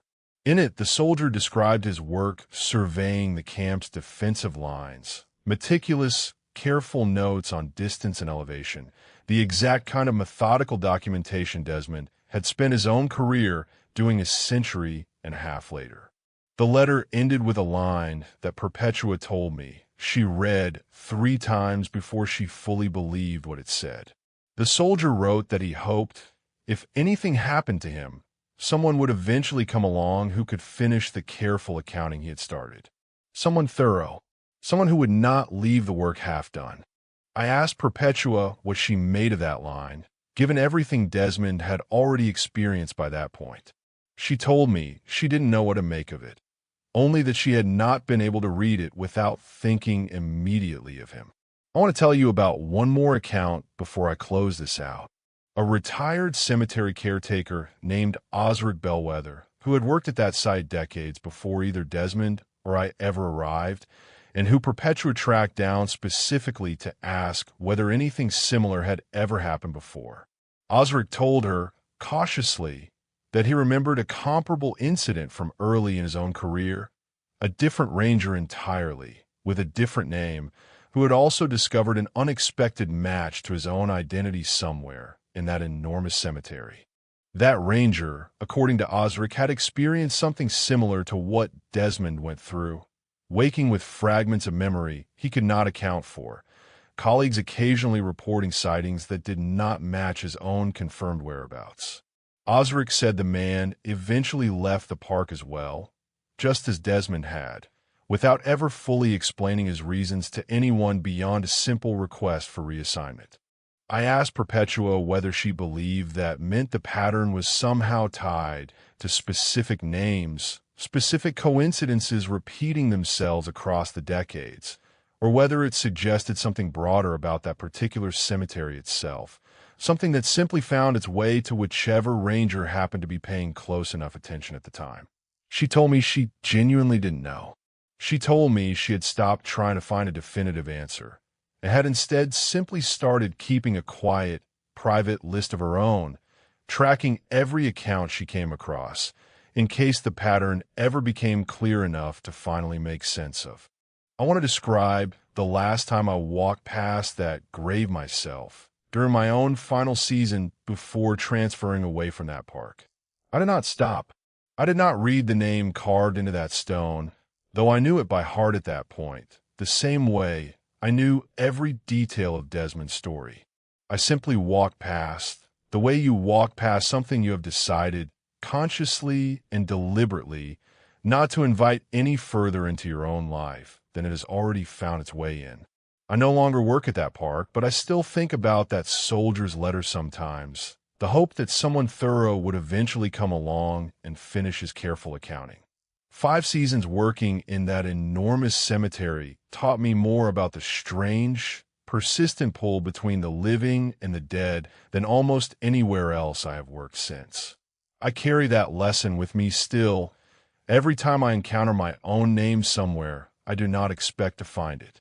And if you thought a ranger discovering his own name on a Civil War grave was unsettling, wait until you hear what happens at a cemetery gate in Georgia, at the site of one of the most notorious prisoner of war camps in American history, where the gate has been locked every single night for decades and found standing open every single morning with no evidence of forced entry, no broken lock, and no explanation that has ever satisfied a single person who has tried to solve it.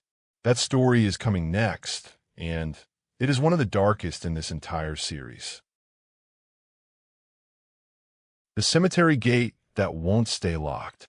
In this story, we're going to find out why a cemetery gate at one of the most notorious prisoner of war camps in American history has been locked every single night for decades and found standing open every single morning, with no evidence of forced entry, no broken lock, and no explanation that has ever satisfied a single person who has tried to solve it. Let's get into it. I worked 6 seasons as a historic sites ranger at Andersonville National Historic Site, preserving the location of Camp Sumter, a Confederate prisoner of war camp where nearly 13,000 Union soldiers died over the course of 14 months from disease, exposure, and starvation, in conditions historians still describe as among the worst of the entire Civil War. Most of my work involved managing the site's national cemetery, established to hold the remains of those thousands of men, and coordinating with the small maintenance team responsible for the grounds. The cemetery has a main gate, iron, original to the site's earliest establishment as a national cemetery, decades before modern park infrastructure ever reached that quiet corner of Georgia. Every single night, without exception, that gate is closed and locked by whichever staff member finishes the closing shift. Every single morning, for reasons nobody currently on staff has ever been able to explain, it is sometimes found standing open. I want to describe this carefully. Not every morning, not on any predictable schedule anyone has ever been able to identify, but consistently enough across decades of documentation that every maintenance supervisor who has worked that site has eventually stopped treating it as a simple lock malfunction and started treating it as something closer to an accepted, if deeply unsettling, fact of that particular cemetery. I first learned about this during my 2nd season from a maintenance supervisor named Cassius Delacroix, who had worked at that site for nearly 17 years. He told me during a routine morning briefing, in a tone far more serious than the subject seemed to warrant at first, that the gate had been found open, unlocked, standing wide, on a small but consistent number of mornings every single year, and that the lock itself, when examined immediately afterward, showed no sign of tampering, no broken mechanism, nothing that would explain how it had opened. I asked him the obvious question: whether the lock simply had a mechanical fault that caused it to fail intermittently under certain weather conditions, humidity, or temperature swings common to that part of Georgia. He told me that theory had been tested directly when the park replaced the original lock entirely with a modern, high-security mechanism specifically designed to eliminate any possibility of environmental failure. The new lock behaved exactly the same way, found open, unlocked, on mornings with no discernible pattern, despite being engineered specifically to prevent the kind of failure the old lock might theoretically have suffered. I experienced this myself directly during my third season, arriving for an early morning shift to find the gate standing fully open, swung inward at what I estimated to be close to 90 degrees, the lock itself dangling from the latch in a position that would have required someone to physically unlock it and swing the gate open by hand. I checked the surrounding ground for footprints. Found nothing. No disturbance in the grass. No sign that anyone had approached that gate at all since the previous evening's closing. I want you to sit with that for a moment. A locked iron gate, a high-security mechanism, found open, with no footprints, no disturbance, and no explanation anyone has ever been able to offer that fully accounts for it. I brought my findings to Cassius that morning. He nodded slowly, the way you nod at something you have seen confirmed many times before. He told me that in his 17 years at that site, he had personally discovered the gate open on at least a dozen separate occasions and had never once found any physical evidence explaining how it had happened. I want to tell you about a security consultant named Perpetua Voss, brought in from outside the park specifically to conduct a thorough review of the cemetery's access control systems. She installed motion-activated cameras covering the gate from multiple angles, hoping to finally capture whatever was responsible for the pattern in the act. The cameras recorded normally for the entire monitoring period. On 2 separate mornings during that period, the gate was found open exactly as it always had been. The footage showed nothing. The gate appeared closed and locked in one frame, and open in a later frame, with no visible transition captured anywhere in between, despite the cameras recording continuously with no gap in coverage. I asked Cassius whether he had a theory, separate from whatever inconclusive technical explanation existed in the park's own files.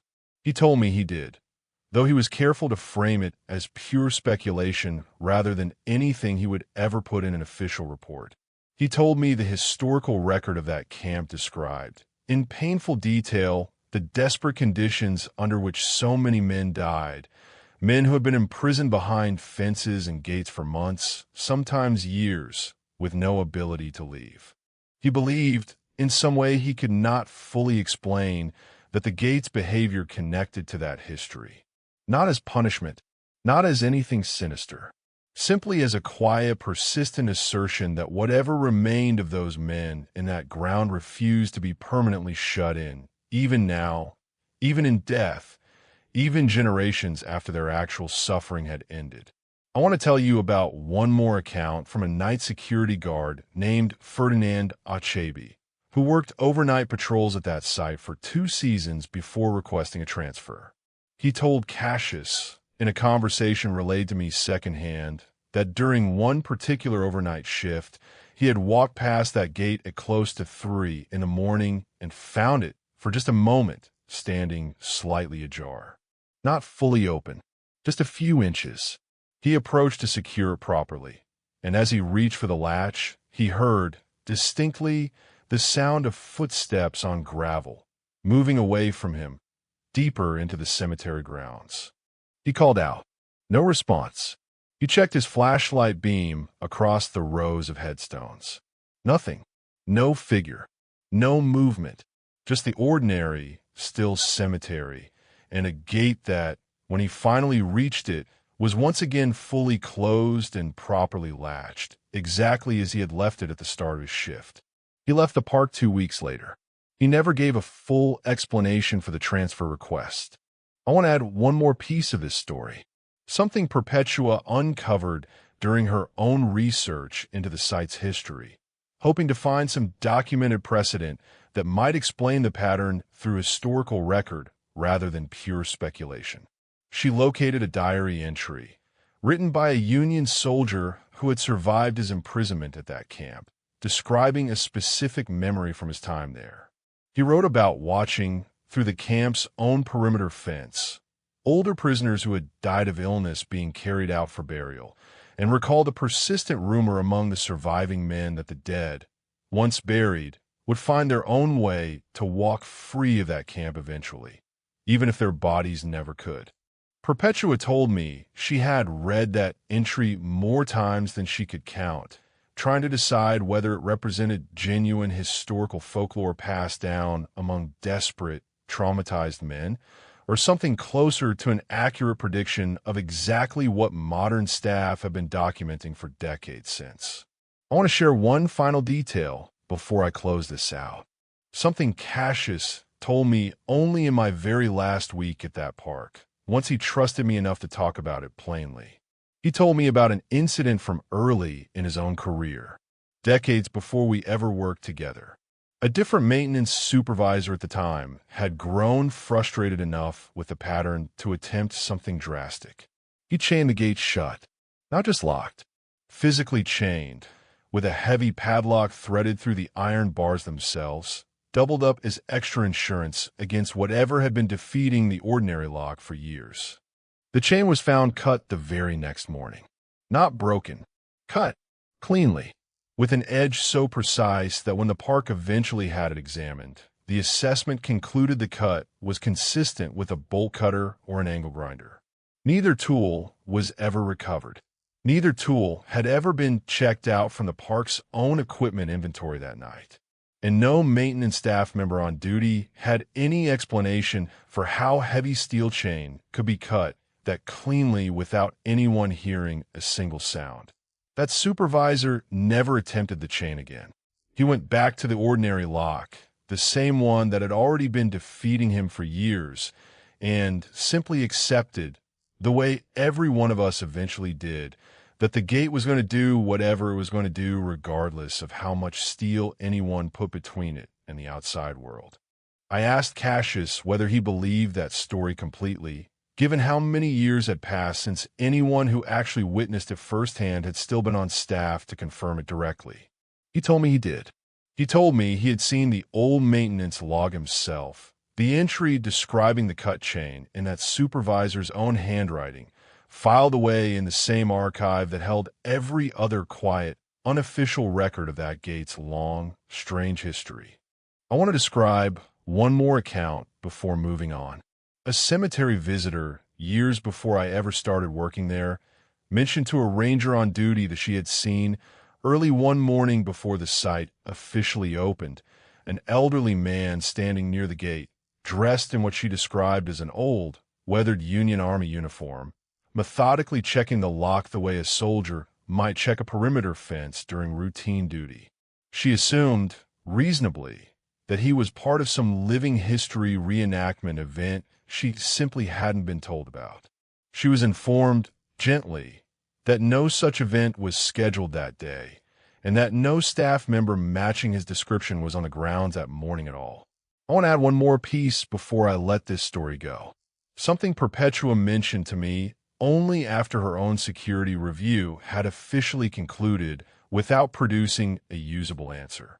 She told me she had gone back through decades of the park's own weather records, cross-referencing every documented instance of the open gate against conditions on the night before. She expected to find some correlation with storms, wind, humidity, anything measurable that might finally offer a mundane explanation. She found nothing. No weather pattern. No seasonal clustering.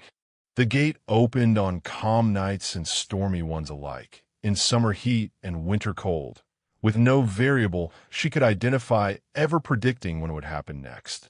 That absence of pattern bothered her more than any pattern would have. A genuine mechanical or environmental fault should behave consistently under consistent conditions. This behaved consistently only in its own unpredictability, which is, in its own way, a kind of consistency nobody has ever been able to explain. I asked her during our last conversation before she left the site for good whether she had any final theory of her own, separate from anything she had officially reported to park administration. She told me she didn't. Not really, only a quiet, private sense that some places simply refuse to be secured the way an ordinary building might be secured, no matter how much modern technology gets thrown at the problem. She said that feeling had nothing to do with her professional training. She said it anyway, because by that point, she had stopped expecting her professional training to have all the answers. I want to describe one more morning from my own time there, one I had not planned on including, but have found myself unable to leave out. It was early spring, my 5th season, and I arrived before dawn for a scheduled maintenance check. The gate was open, fully open, and standing in the pale, gray light just inside it, for one brief instant before my eyes adjusted fully to the dimness. I was certain I saw the faint outline of several figures, spread out among the rows nearest the entrance, standing perfectly still. I blinked. I looked again. Empty. Just headstones, rows of them, exactly where they always stood, catching the first thin light of morning the way they always did. I have told myself, every time I've thought about that morning since, that it was simple fatigue, an early hour, a mind still half asleep playing tricks with shadow and stone. I have never fully believed my own explanation. I still keep that morning close, the way you keep the memories you can never fully explain away no matter how many years pass. Some things you see just before your eyes are fully awake feel more honest, not less than anything you see later, once your mind has had time to talk itself out of what it actually witnessed. I want to describe the last time I personally closed that gate, during my final season before transferring away from that park. I checked the lock twice, the way I always did by that point in my career, testing it firmly, confirming it was secure. I walked away, and then, almost involuntarily, I turned back one final time. The gate was still closed, still locked, exactly as I had left it. I stood there a moment longer than necessary, watching it in the fading evening light, before finally walking away for good. I no longer work at that park, but I think about that gate often, particularly whenever I lock any door anywhere else and find myself checking it twice, out of an old habit I picked up during those 6 seasons and have never quite managed to shake since.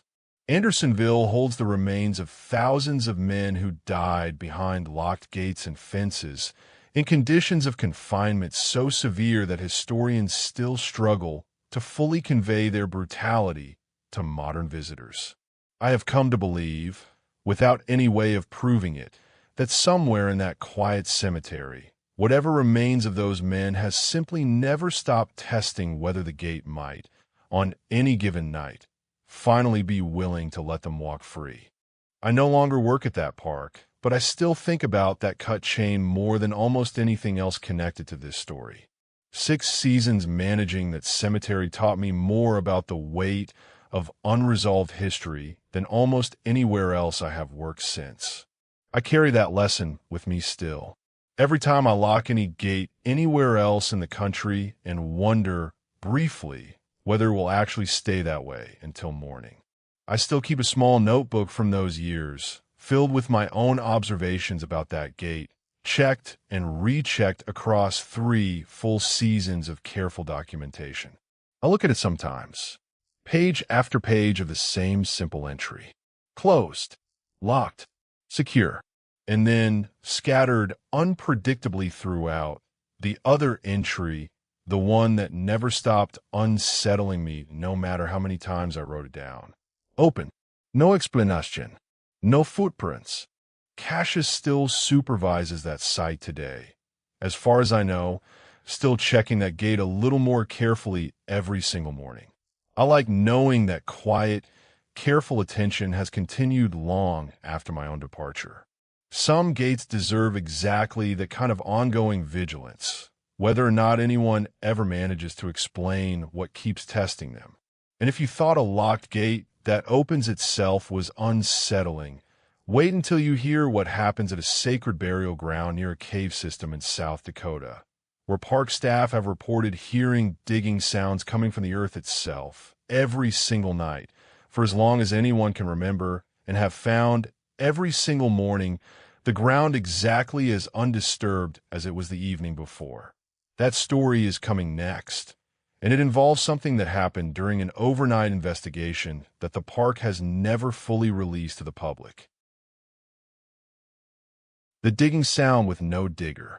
In this story, we're going to find out why staff at a sacred burial ground near a cave system in South Dakota have reported hearing digging sounds coming from the earth itself every single night for as long as anyone can remember, and why the ground every single morning has been found exactly as undisturbed as it was the evening before. Let's get into it. I worked 6 seasons as a resource management ranger at Wind Cave National Park, a site known primarily for its enormous underground cave system, but also home to a sensitive surface area near the park boundary that holds deep spiritual significance for several regional Native nations, an area the park manages under a careful, formal consultation agreement rather than as an ordinary recreational site. Most of my work involved coordinating that consultation, monitoring surface conditions, and general resource protection duties in a landscape where the underground and above-ground worlds feel, more than anywhere else I have worked, deeply and inseparably connected. I want to describe a specific section of that boundary land, a quiet, wooded rise that the park's own internal documentation refers to simply by an administrative designation rather than any name that might carry deeper meaning to the communities who consider it sacred. Every ranger who has worked overnight patrol near that boundary long enough eventually hears and often experiences directly a specific, unsettling sound. Digging. Not distant, not ambiguous. Close, rhythmic, unmistakable. The exact sound of a shovel biting into soil, coming from somewhere within that wooded rise, always after dark, always without any visible source when investigated directly. I first learned about this during my 2nd season, from a tribal liaison ranger named Autoline Red Cloud, who coordinated directly with regional tribal representatives on management of that specific area. She told me, during a careful, respectful briefing about the site's cultural significance, that the digging sound had been reported by park staff for decades, long before her own tenure began, and that tribal elders consulted about the phenomenon had, on more than one occasion, told park administration plainly that the sound was not something requiring investigation or explanation from a Western scientific perspective. It simply was what it was, a feature of that ground, understood and respected within a framework considerably older than the park itself. I want to be careful and respectful in how I describe what I learned, because this is not my own cultural knowledge to interpret or explain, only my own direct experience to share as honestly as I can. What I can tell you is what I personally witnessed and what colleagues told me about their own encounters, offered here simply as an honest account of unexplained phenomena within a national park, not as any claim to understanding what that phenomenon means within a tradition far older and more meaningful than my own limited perspective. I experienced the sound myself directly during my 3rd season, conducting a routine overnight resource monitoring patrol near that boundary. Close to midnight, with no wind and no other ambient sound disturbing the stillness, I heard it clearly. Digging. Steady. Rhythmic. Coming from somewhere within that wooded rise, close enough that I could judge, roughly, the direction it originated from. I approached carefully, using my flashlight to scan the ground ahead of me as I moved. The sound continued as I got closer, seemingly undiminished by distance in a way that struck me as strange even in the moment, before stopping abruptly the instant my flashlight beam swept across the specific patch of ground it seemed to be coming from. I checked that ground carefully. Undisturbed. No fresh soil. No depression. No sign whatsoever that anything had recently been dug, despite the sound I had just heard clearly enough to be certain of its general direction and character. I want you to sit with that for a moment. A sound as specific and unmistakable as a shovel in soil. Heard clearly, at close range, with no wind and no other explanation. And ground, checked immediately afterward, showing absolutely no physical evidence that any digging had occurred at all. I brought my experience to Autoline the following morning. She told me my account matched, in specific detail, decades of similar reports from other staff, and reminded me, gently but firmly, that the appropriate response was not to investigate further, but simply to respect the site and continue our monitoring work without disturbing it. I want to tell you about an attempt, made decades before either of us worked at that park, to document the sound using recording equipment, an investigation that, notably, was conducted only after careful consultation and explicit permission from tribal representatives at the time, who agreed to the request specifically to help park administration understand the phenomenon well enough to protect the site appropriately going forward. The recording equipment, left overnight at a respectful distance from the site, captured the ambient sounds of the surrounding landscape clearly. Wind, distant wildlife, the ordinary sounds of a quiet prairie night. It did not capture the digging sound, despite staff monitoring nearby confirming, in written reports from that same night, that they had heard it clearly themselves at the exact time the equipment was recording, close enough that any genuine physical sound of that character should have registered easily on the equipment's sensitive microphones. I want to describe one more account shared with me by a maintenance technician named Barnabas Okafor, who had worked at that park for over 2 decades. He told me that early in his career, before he fully understood the site's significance and the appropriate way to respond to it, he had attempted, out of simple curiosity, to actually locate the exact source of the sound during a night when he heard it particularly clearly. He told me that as he moved closer, the character of the sound changed subtly, becoming, in his own words, less like a single shovel and more like several, working simultaneously at a pace and rhythm that felt increasingly urgent the closer he approached. He stopped. He told me something in that moment made him understand, immediately and without needing anyone to explain it to him, that he had made a mistake in trying to get closer at all. He backed away slowly, and the sound gradually returned to its original, single, steady rhythm as he retreated, fading entirely by the time he reached the edge of the wooded rise and stepped back onto open ground. I asked him whether he ever attempted anything similar again. He told me he never did, and that he made a point, for the remainder of his career at that park, of treating that specific boundary with the same careful respect Autoline had always modeled for the rest of us, understanding without needing further explanation that some things are simply not meant to be investigated by outsiders, regardless of good intentions. I want to add one more piece of this story, something Barnabas told me only near the end of my own time at that park, once he trusted me enough to share it plainly.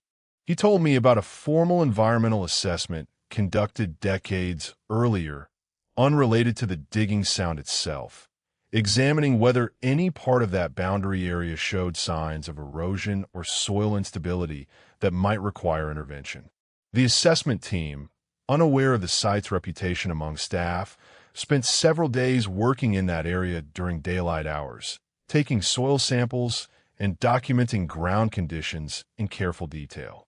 One member of that team, reviewing her own field notes afterward, noticed something she had not consciously registered while actually working. Several of her soil samples, taken from slightly different locations across that same wooded rise, showed a consistent, faint layering pattern beneath the surface. Not geological, not consistent with natural sediment deposit. A layering pattern more typically associated with ground that has been disturbed and resettled multiple times over an extended period, the kind of signature you might expect from soil that had been dug into and refilled repeatedly across many years. despite the surface itself showing no visible sign of any such activity ever occurring. She mentioned the detail in a footnote to her final report, without drawing any specific conclusion from it, since it fell outside the actual scope of the assessment she had been asked to conduct.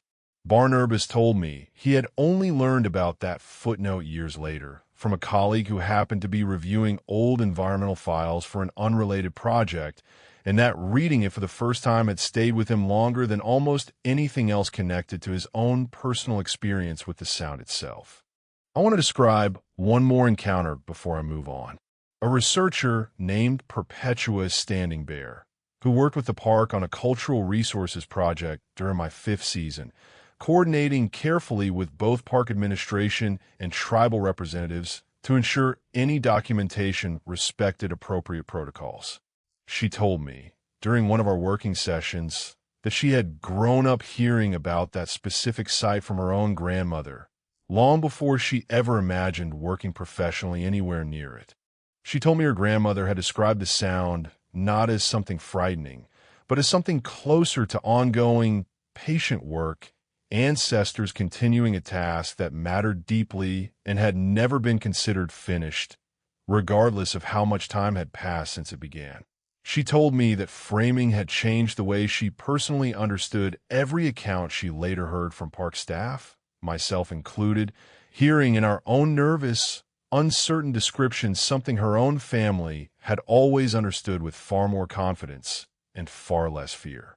I want to describe the last time I personally patrolled near that boundary during my final season before transferring to a different park entirely.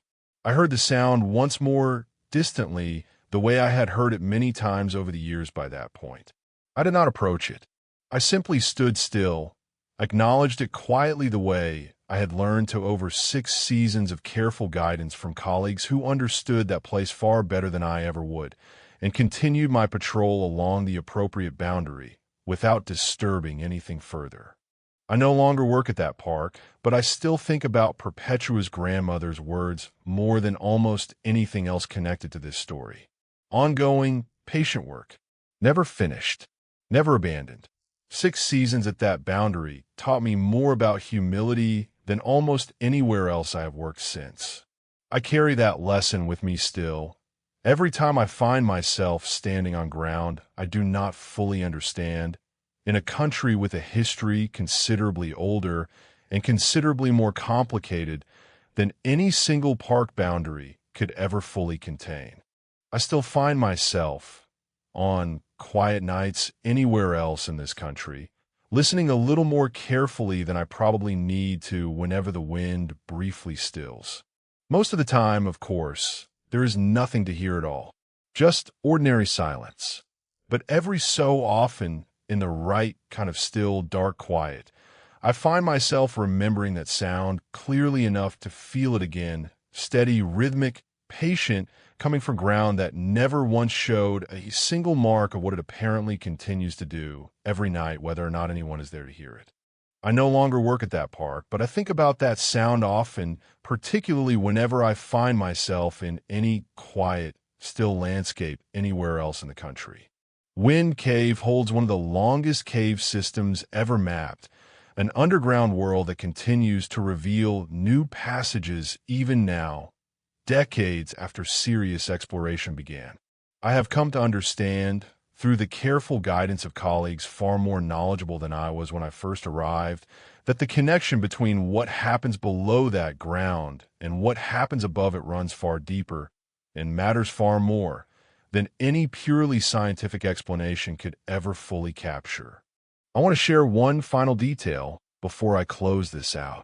Autoline told me, near the end of my own tenure, about a formal request the park had once received from a research team hoping to conduct ground-penetrating radar surveys across that entire boundary area, purely out of scientific curiosity about the soil layering pattern Barnabas had described to me.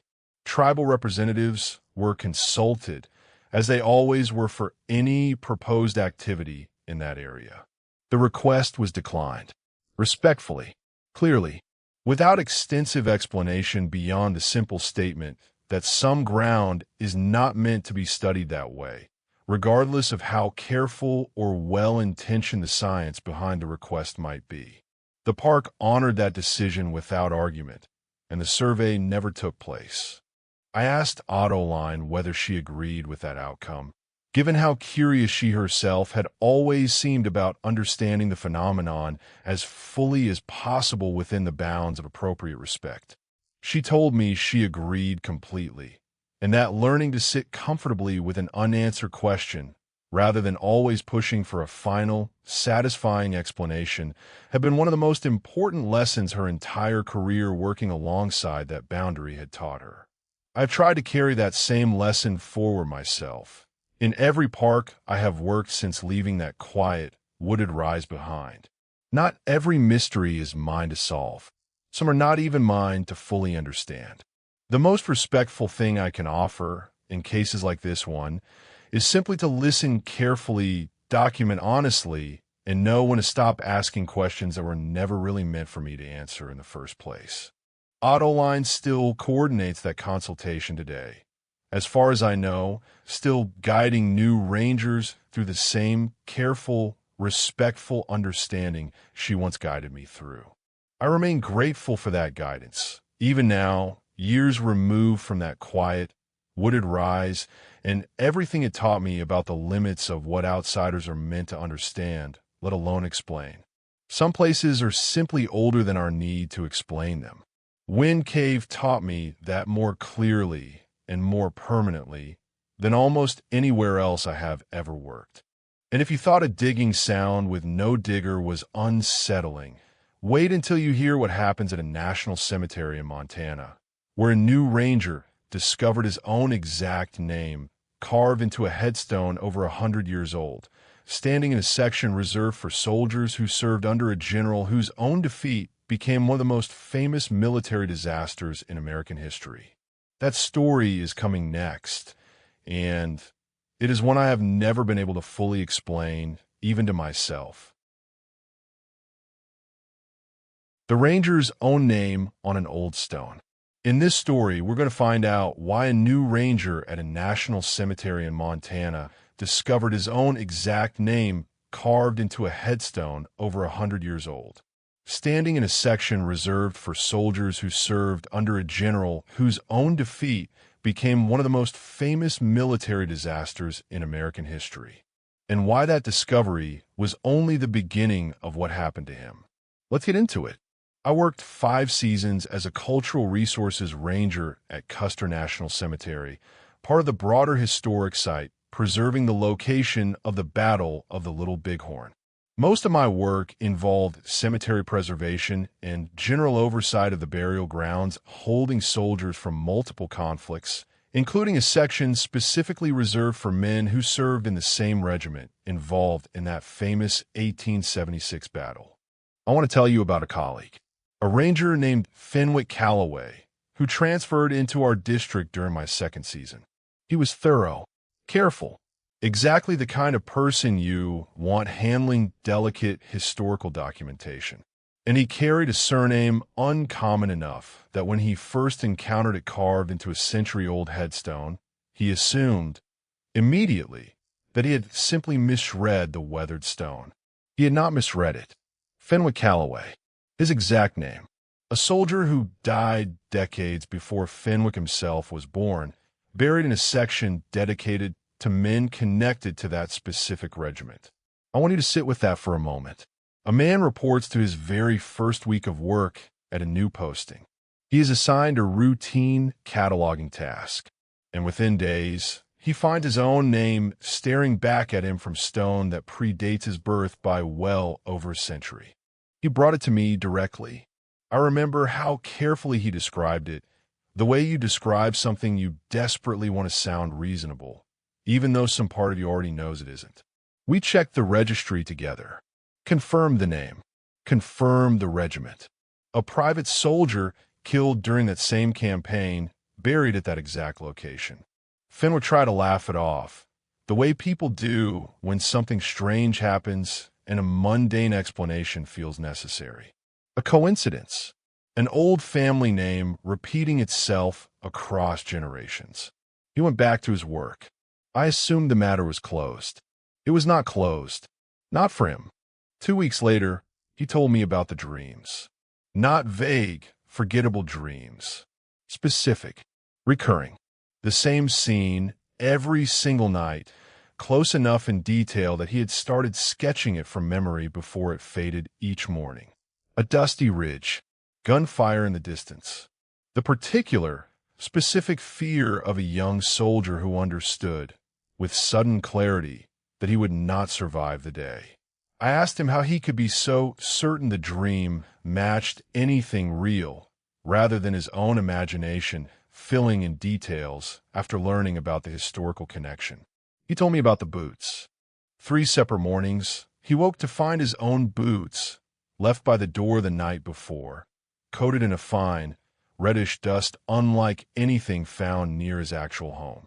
The exact color and texture, he told me, of the specific soil found only on that particular ridge, miles from where he actually lived, a detail he recognized immediately because he had walked that ground himself, repeatedly as part of his own interpretive work at the site. I want to tell you what happened next, because this changed how seriously I took the entire situation. A visiting historian, working entirely independently on an unrelated research project, reported seeing a park ranger standing alone near that specific grave at dusk, unusually still, dressed, she assumed, in some kind of historically accurate reenactment uniform. She described him clearly enough by build and general appearance that I recognized the description as Fenwick immediately. Fenwick was, at that exact hour, according to his own roommate, at home, eating dinner, nowhere near the cemetery at all. I asked the historian directly whether she was certain about the timing. She checked her own notes with me. She was confident. She had even raised a hand in greeting from a respectful distance, receiving what she described as a slow, solemn nod in return, before continuing her own work without thinking anything unusual had occurred. I want to describe what happened when Fenwick and I visited that grave together, during daylight hours, hoping direct examination might settle things. We stood there a long time, reading his name, confirming the dates, confirming the regiment. Fenwick told me he felt something at that specific grave he had never felt at any other stone in that entire cemetery, despite cataloging hundreds of identical markers during his own project. Not fear exactly, something closer to recognition, a quiet, unwanted familiarity he could not explain. I want to tell you about a park historian named Perpetua Solano, who researched the original soldier's service record at Fenwick's own request, hoping some detail might explain the strange resonance he kept describing. She found his enlistment papers, his unit assignment, a brief account of his death during the battle's final, chaotic hours. She found something else, a detail that unsettled Fenwick more than anything else in this entire story. The original soldier's enlistment papers listed his prior occupation as a stonecutter, a craftsman who worked with exactly the kind of careful, precise documentation and physical detail work that Fenwick himself had built his entire career around, more than a century later, in a role he had chosen for himself without any knowledge of this connection at all. I asked Fenwick whether he found that detail comforting or unsettling. He told me he genuinely did not know. He told me it felt, more than anything else, like discovering a thread he had never asked to be handed, one he now had no way of setting back down. I want to describe the last conversation I had with Fenwick before he requested a transfer 3 months after his first discovery. He told me the dreams had continued, not every night, often enough that he had stopped being able to explain them away. He told me the final dream had been different. He had woken, as always, with the same lingering sense of having stood on that ridge. But this time, he remembered a single, clear fragment.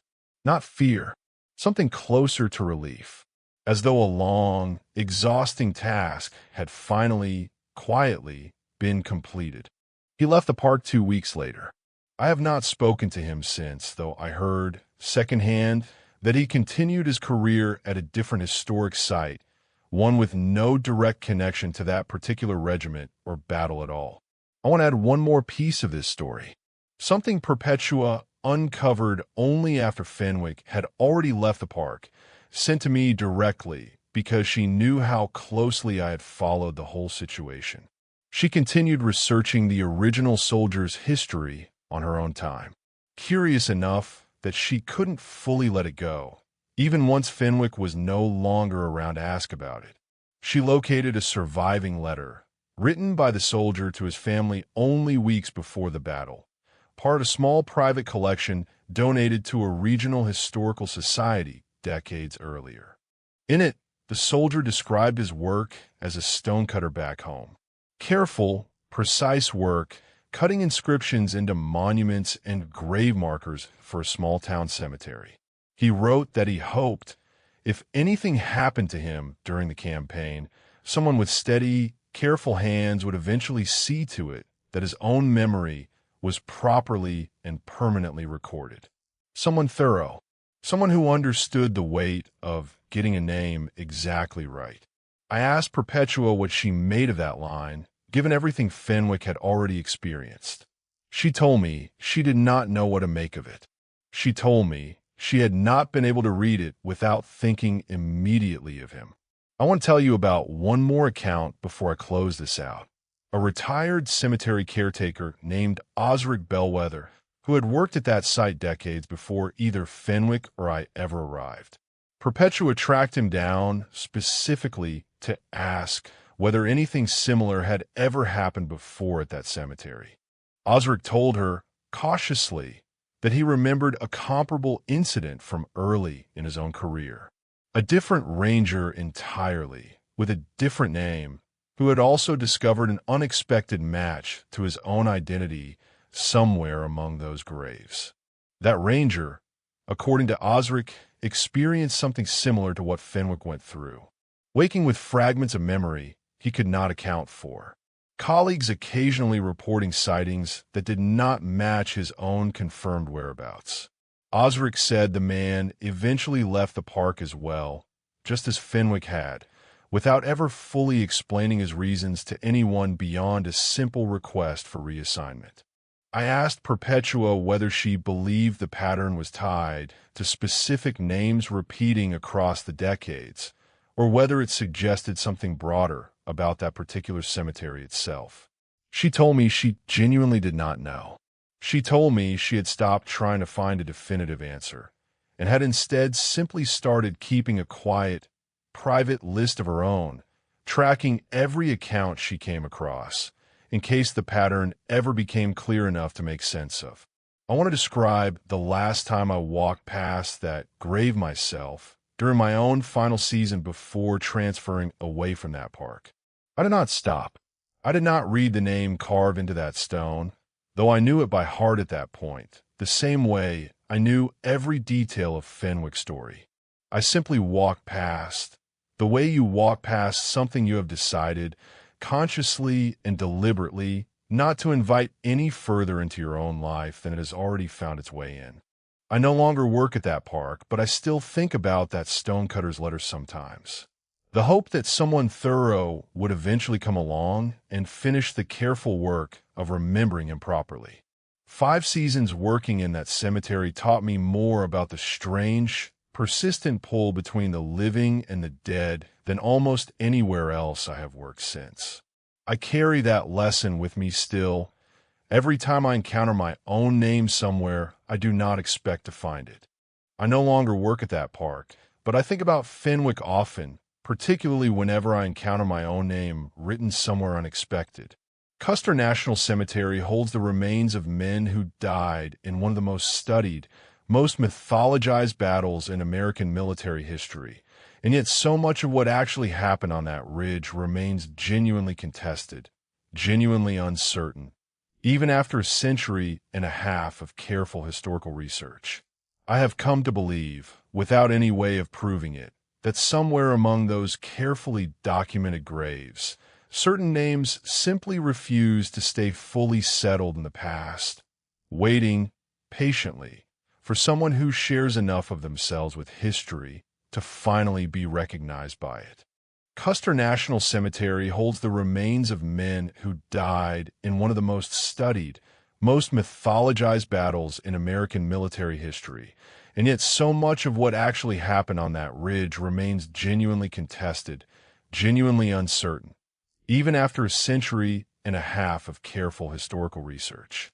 I have come to believe, without any way of proving it, that somewhere among those carefully documented graves, certain names simply refuse to stay fully settled in the past, waiting patiently for someone who shares enough of themselves with history to finally be recognized by it.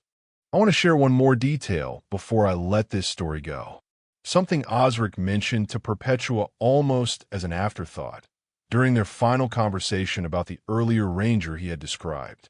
He told her the man's name, the one he had never previously shared, had belonged to a soldier from an entirely different unit than Fenwick's own connection, buried in a completely separate section of that same enormous cemetery. Two rangers, two different decades, two unrelated soldiers.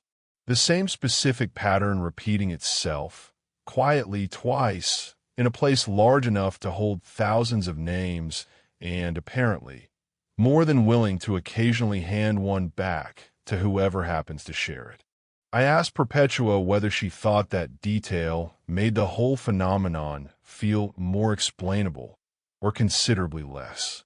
She told me it made it feel less explainable in every practical sense, and somehow, at the very same time, less frightening than it had felt before she knew there was a second case at all. Something about not being alone in a mystery, she told me, makes even the strangest ones a little easier to carry. I have thought about that observation more than almost anything else connected to this story. Perhaps that is the quiet lesson underneath all of this. The reason these accounts keep surfacing decade after decade, cemetery after cemetery, colleague after colleague willing to finally share what they experienced once enough time and trust has passed. Not to solve anything, just to make sure nobody has to carry the weight of it entirely alone. That, more than any theory anyone ever offered me, feels like the truest thing this whole strange chapter of my career ever taught me. I want to describe one more moment before I let this one go, something small that happened on my very last day at that park, packing up my own office before transferring away for good. I found, tucked into an old drawer I had never fully cleared out, a printout Fenwick had left behind months earlier without either of us noticing at the time. A photograph of that specific headstone, his name, his dates that were not his dates, sitting quietly in that drawer the entire time, waiting for whoever eventually cleared out that desk to find it. I did not throw it away. I kept it folded carefully into my own field notebook, the same notebook where I had already been recording every detail of this story as it unfolded. I still have it today. I look at it sometimes, particularly when I think about Fenwick, wondering whether he ever thinks about that photograph too, wherever his own career has taken him since. I want to be honest about something before I close this out completely. I have never fully decided what I believe happened to Fenwick or why that particular grave seemed to reach for him the way it did. Every explanation I have tried to construct eventually runs into the same wall every account in this story eventually runs into. A name is such a small thing. A few letters. A sound repeated across generations by pure chance more often than any of us like to admit.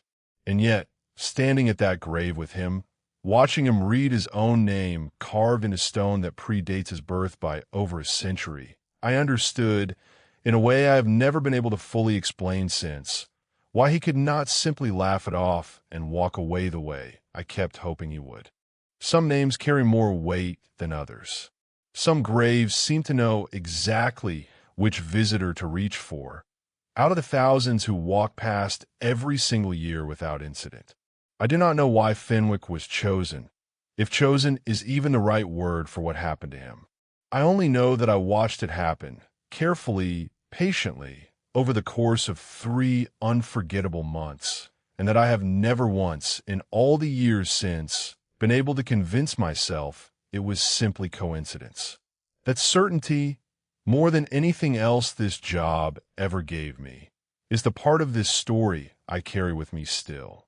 And if you thought a ranger discovering his own name on that ridge was unsettling, wait until you hear what happens at the battlefield itself, at an empty, unmarked plot where fresh flowers appear every single year on the exact same date, with no explanation, no visitor caught on camera, and no record of who has been placing them there for well over 3 decades.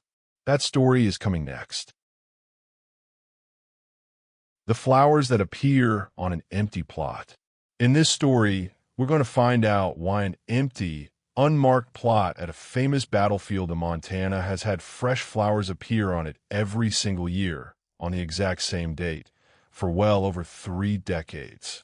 No visitor caught on camera, no record of who has been placing them there, and no explanation the park has ever been able to offer. Let's get into it. I worked 5 seasons as an interpretive ranger at Little Bighorn Battlefield National Monument, preserving the site of one of the most famous engagements of the American Indian Wars, a battle in June of 1876 that remains, to this day, a subject of deep historical and cultural significance to multiple communities. Most of my work involved visitor programming, monument maintenance, and general oversight of the battlefield grounds, including a small section of open, unmarked ground near the edge of the main memorial area. I want to describe that plot carefully. It sits apart from marked graves and monument clusters, a patch of ground with no headstone, no plaque, no official designation in any park record identifying it as a burial site at all. And yet, every single year, on the exact same date in June, someone leaves fresh flowers there.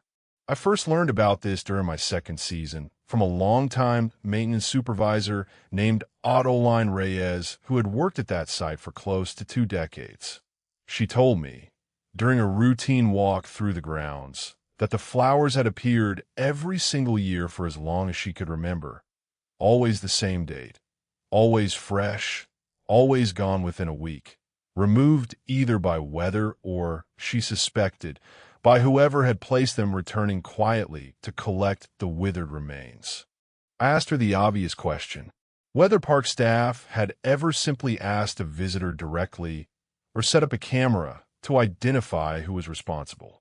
She told me it had been attempted more than once over the years, and that every single attempt had failed in a way she found genuinely difficult to explain. The camera, positioned discreetly to cover that specific plot during the days surrounding the anniversary date, recorded normally.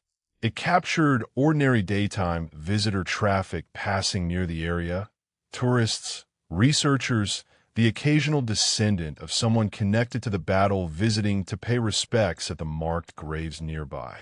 It never once captured anyone approaching that specific unmarked plot, and yet, every single year, the flowers still appeared sometime during the recording window, without a single frame showing how they got there. I want you to sit with that for a moment. A camera recording continuously, covering a specific patch of ground, and flowers appearing on that ground, sometime during the recording period, with absolutely no footage showing anyone placing them. I experienced this myself directly during my 3rd season. I made a point of walking past that specific plot every single day during the week surrounding the anniversary date, curious enough to see it happen with my own eyes rather than simply hearing about it secondhand. On the morning of the anniversary itself, the ground was bare. I checked again that same evening. Fresh flowers, a small, carefully arranged bundle, sitting exactly in the center of that unmarked plot, dew still clinging to the petals as though they had been placed only minutes before I arrived. I had walked past that exact spot no more than 2 hours earlier. Nothing there. No visitor anywhere in sight during either of my passes. No vehicle in the nearby parking area beyond staff cars I recognized. I brought my experience to Autoline that evening. She nodded slowly, the way you nod at something you have seen confirmed many times before. She told me that in her nearly 20 years at that park, she had personally witnessed the same thing at least a dozen times. Always the same pattern. Flowers appearing within a narrow window with no visitor ever caught in the act. I want to tell you about a historian named Perpetua Standing Elk, who researched the plot's history hoping to identify whether it connected to any specific documented individual whose burial location had simply never been formally marked. She found something in the park's earliest administrative records, decades before modern documentation standards existed, a brief, incomplete notation referencing an unmarked burial near that general area, with no name recorded. Only a short note indicating the burial had been conducted quickly, respectfully, by community members rather than official military process. In the chaotic aftermath of the battle itself, she could not confirm the exact location matched the current plot precisely, since the historical notation lacked the kind of detailed survey data modern records require. But the general area described lined up closely enough that she found it difficult to dismiss as unrelated to what staff had been documenting for decades since. I want to tell you about one more account from a park volunteer named Cassius Whitehorse who had, over several years, made his own quiet, informal habit of watching that plot closely during the anniversary period, curious enough to try catching the moment himself. He told me that one particular year, arriving before dawn specifically to watch the ground continuously through the earliest hours of the anniversary date, he witnessed something he had never been able to fully explain to his own satisfaction. He described a faint mist settling briefly over that specific plot, localized tightly to that patch of ground rather than the surrounding area, despite otherwise clear, dry morning conditions with no fog anywhere else on the battlefield. When the mist cleared, minutes later, the flowers were there. I asked him whether he believed he had witnessed the actual moment of their placement, or simply a strange atmospheric coincidence that happened to occur around the same time. He told me he genuinely did not know, and that he had never gone back to watch again after that particular morning, not out of fear exactly, but out of a growing sense that whatever he had witnessed was not meant for him to observe that closely. I want to add one more piece of this story. Something Autoline shared with me only near the end of my own time at that park, once she trusted me enough to talk about it plainly. She told me about an attempt, made years before I ever arrived, to identify the flowers themselves through botanical analysis. A visiting researcher, curious about the pattern, collected a sample the year it appeared and had it examined by a specialist. The flowers were not native to that region, not commercially available at any nearby florist. A specific wildflower variety found only much farther north, in terrain that would require significant travel to reach and gather by hand. That detail bothered Autoline more than almost anything else about the pattern. Whoever was placing those flowers was not simply grabbing something convenient on their way through the park. They were bringing something specific, something deliberate, something that meant enough to carry a real distance year after year without ever once being seen doing it. I asked her whether she had a theory of her own, separate from anything speculative Perpetua had already shared with me. She told me she did, though she was careful to frame it as pure personal belief rather than anything she would ever put in an official report. She believed the flowers came from family, not living family in any ordinary sense. Descendants, generations removed, continuing an obligation passed down quietly through their own community in a way that simply did not require the same visibility or documentation that outside visitors assumed such an act would need. I want to tell you about one more encounter before I close this out. A researcher named Wendell Aldana, who spent a summer cataloging the park's older photographic archive, came across a black and white image from decades earlier showing that exact section of ground, taken long before any staff member currently working there had ever heard of the pattern. The photograph showed the plot clearly, and in it, faint but unmistakable once he looked closely enough, a small cluster of pale flowers sat exactly where staff would later document them appearing decade after decade. The photograph was dated. It matched the anniversary date precisely. It meant the pattern had already been established, quietly, faithfully, long before any current record-keeping system existed to track it at all. I asked Autoline whether that discovery had ever been shared more widely within the park. She told me it had, cautiously, presented respectfully to the historian's office rather than treated as some kind of dramatic revelation. She told me the response had been quiet acceptance rather than surprise, as though everyone involved had already understood, on some level, that whatever they were documenting had been happening far longer than any of them had personally witnessed it themselves. I want to describe one final detail before I move on. Cassius, the volunteer who witnessed the strange morning mist, told me he had gone back to the park's archive himself afterward, searching old newspaper accounts from the decades immediately following the battle, hoping to find any mention of that specific unmarked burial.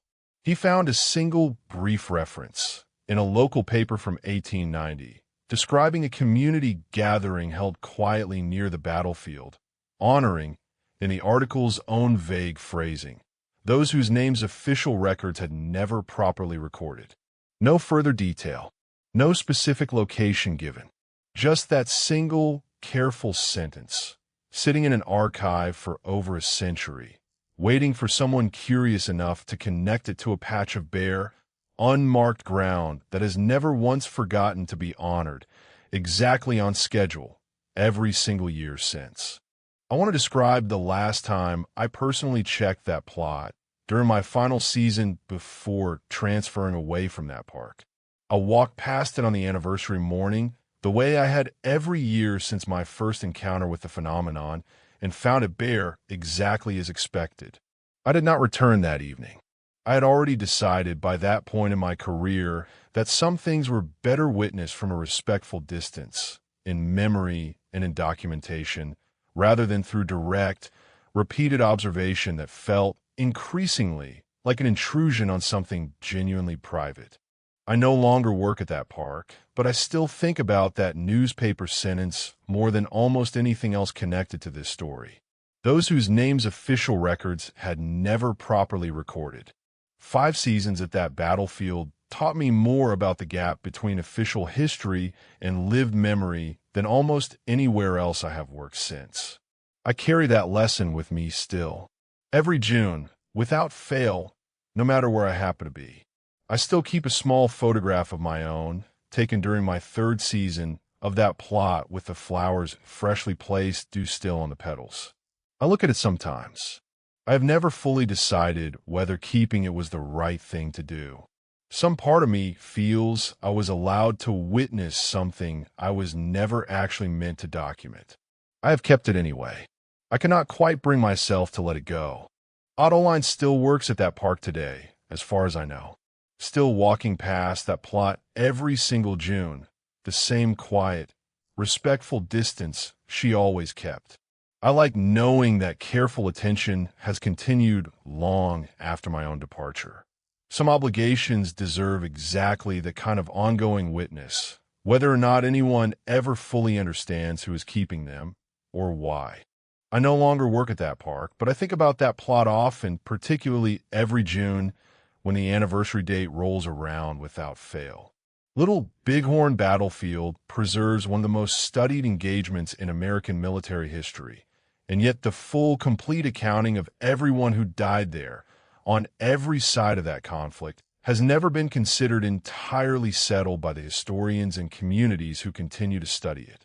I have come to believe, without any way of proving it, that somewhere in that quiet, unmarked patch of ground, someone has never stopped being remembered properly, faithfully, by whoever or whatever continues to return every single year, exactly on schedule, long after any living witness to the original burial could possibly still be doing the work themselves.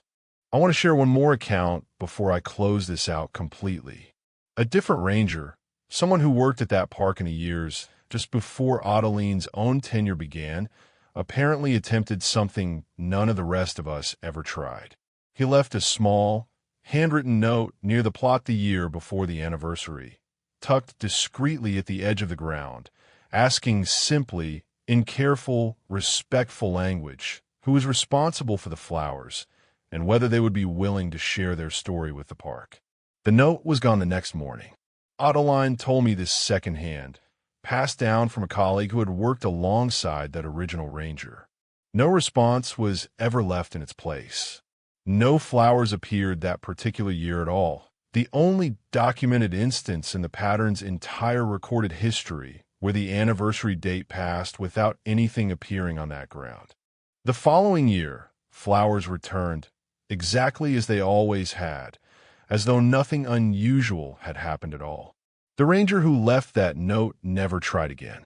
He mentioned to colleagues, before eventually transferring elsewhere, that he had come to understand something important from that single missed year. That some gestures are not meant to be questioned, only witnessed, and that asking too directly for an explanation risks losing the very thing you were hoping to understand in the first place. I have thought about that missed year more than almost any other detail in this entire story. It suggests something I have never been fully comfortable considering directly. That whoever or whatever is responsible for those flowers is not simply performing an automatic unconscious ritual, but is in some way genuinely aware of being watched, genuinely capable of choosing not to appear at all, if the watching feels like too much of an intrusion. I have never left a note of my own. Not once, across all 5 of my seasons at that park. I learned that lesson secondhand, the way most of us learn the important lessons in this line of work, and I have never once regretted following it. That kind of restraint, more than any technical explanation I ever chased, is the closest thing to wisdom this entire job ever handed me. Every ranger who has ever worked near that plot long enough eventually learns the same quiet restraint, the way people in this line of work always seem to learn it. One missed year, one careful lesson passed down at a time. And if you thought flowers appearing with no visitor caught on camera was unsettling, wait until you hear what happens at an old fort cemetery in Wyoming, where every single photograph ever taken of one particular section shows an extra figure standing quietly among the mourners, a figure that was never actually present when the photograph was taken, documented consistently across more than a century of photography, from the earliest glass plate images all the way through modern digital cameras. That story is coming next, and it might be the strangest one in this entire series. The photograph that shows an extra mourner. In this story, we're going to find out why every single photograph ever taken of one particular section of a fort cemetery in Wyoming shows an extra figure standing among the mourners. A figure that was never actually present, documented consistently across more than a century of photography, from the earliest glass plate images all the way through modern digital cameras. Let's get into it. I worked 6 seasons as a historic sites ranger at Fort Laramie National Historic Site, preserving one of the most significant military outposts of the American West, a fort that operated for decades during the frontier era before being decommissioned and eventually protected as a National Historic Site. Most of my work involved historic preservation, visitor programming, and general oversight of the site's small post cemetery, holding soldiers and family members who lived and died at that remote outpost. I want to describe a specific section of that cemetery, a quiet corner reserved for infant and child burials, common at frontier posts where medical care was limited and mortality among the youngest residents was tragically high. Every photograph ever taken of that specific section, going back to the earliest surviving glass plate images from the 1880s, shows something that has never been fully explained. An extra figure, standing quietly among whatever mourners or visitors happened to be present at the time the photograph was taken. a figure that, according to every witness present during each photograph, was never actually there in person. I first learned about this during my second season, from a collections manager named Ottoline Fairweather, who oversaw the park's extensive photographic archive. She showed me the earliest known example, a formal portrait from 1887, commissioned by a grieving military family to memorialize their young daughter's grave. 3 family members stood posed beside the small headstone. The photograph shows 4. The 4th figure stands slightly apart from the family, at the edge of the frame, dressed in clothing consistent with the period but not matching any account of who else might have been present that day. Ottoline told me the family's own written correspondence, preserved in the archive alongside the photograph itself, specifically noted that only the 3 of them had traveled to the cemetery that afternoon and expressed confusion in a letter to the photographer about the unexplained figure appearing in their finished print. I asked her the obvious question, whether the photograph might simply show a passerby who happened to walk in a frame at the exact moment the shutter opened. She told me that theory had satisfied everyone completely for well over a century, until modern staff began compiling every subsequent photograph of that same section into a single archive and noticed something that made the passerby explanation considerably harder to accept. The same figure, general build, general clothing style adjusted appropriately for whatever decade the photograph was taken in, appeared in photograph after photograph, spanning more than 100 years, always at the edge of the frame, always standing quietly, always unaccounted for by anyone actually present. I want you to sit with that for a moment. Not one strange photograph. Dozens, spanning over a century, each one showing the same general presence, at the same specific corner of that cemetery, regardless of who was actually visiting or what camera technology happened to be recording the moment. I experienced this myself directly during my 4th season, when I photographed that section for a routine condition survey, a purely administrative task with no visitors present and no reason to expect anything unusual in the resulting image. When I reviewed the photograph afterward, at the very edge of the frame, partially obscured by a headstone, there was a faint but unmistakable outline of a figure standing among the small graves. I had been completely alone at that section when I took the photograph. I checked the surrounding area immediately afterward. No one, no visitor, no colleague, nothing that could explain what the camera had captured. I brought my photograph to Ottoline that evening. She added it to her growing collection without much surprise, telling me that nearly every staff member who worked closely enough with that section eventually produced their own example, whether they were trying to or not. I want to tell you about a photography historian named Perpetua Ashworth, brought in to examine the earliest glass plate images specifically to rule out any technical explanation, double exposure, chemical development flaws, or other period-appropriate photographic artifacts that might account for an unexplained figure appearing in old prints. Her assessment found no such explanation. The figure in the earliest photographs showed consistent, correct lighting and shadow placement, matching the rest of the scene precisely, inconsistent with any known double exposure or development error from that era's photographic process. I asked Ottoline whether the park had ever attempted to identify who the figure might represent historically. She told me a local historian had, years earlier, cross-referenced the cemetery's burial records specifically for that section, hoping to find someone whose presence might explain the pattern.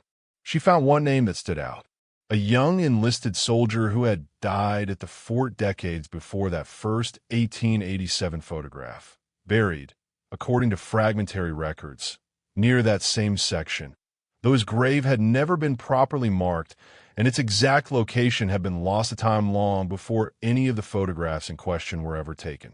Fragmentary military records described him as the soldier who had, during his own lifetime, been informally responsible for tending that section of the cemetery, digging graves for the infants and children who died at that isolated post, and, according to one surviving letter from a fellow soldier, taking the task considerably more personally and more seriously than his official duties technically required.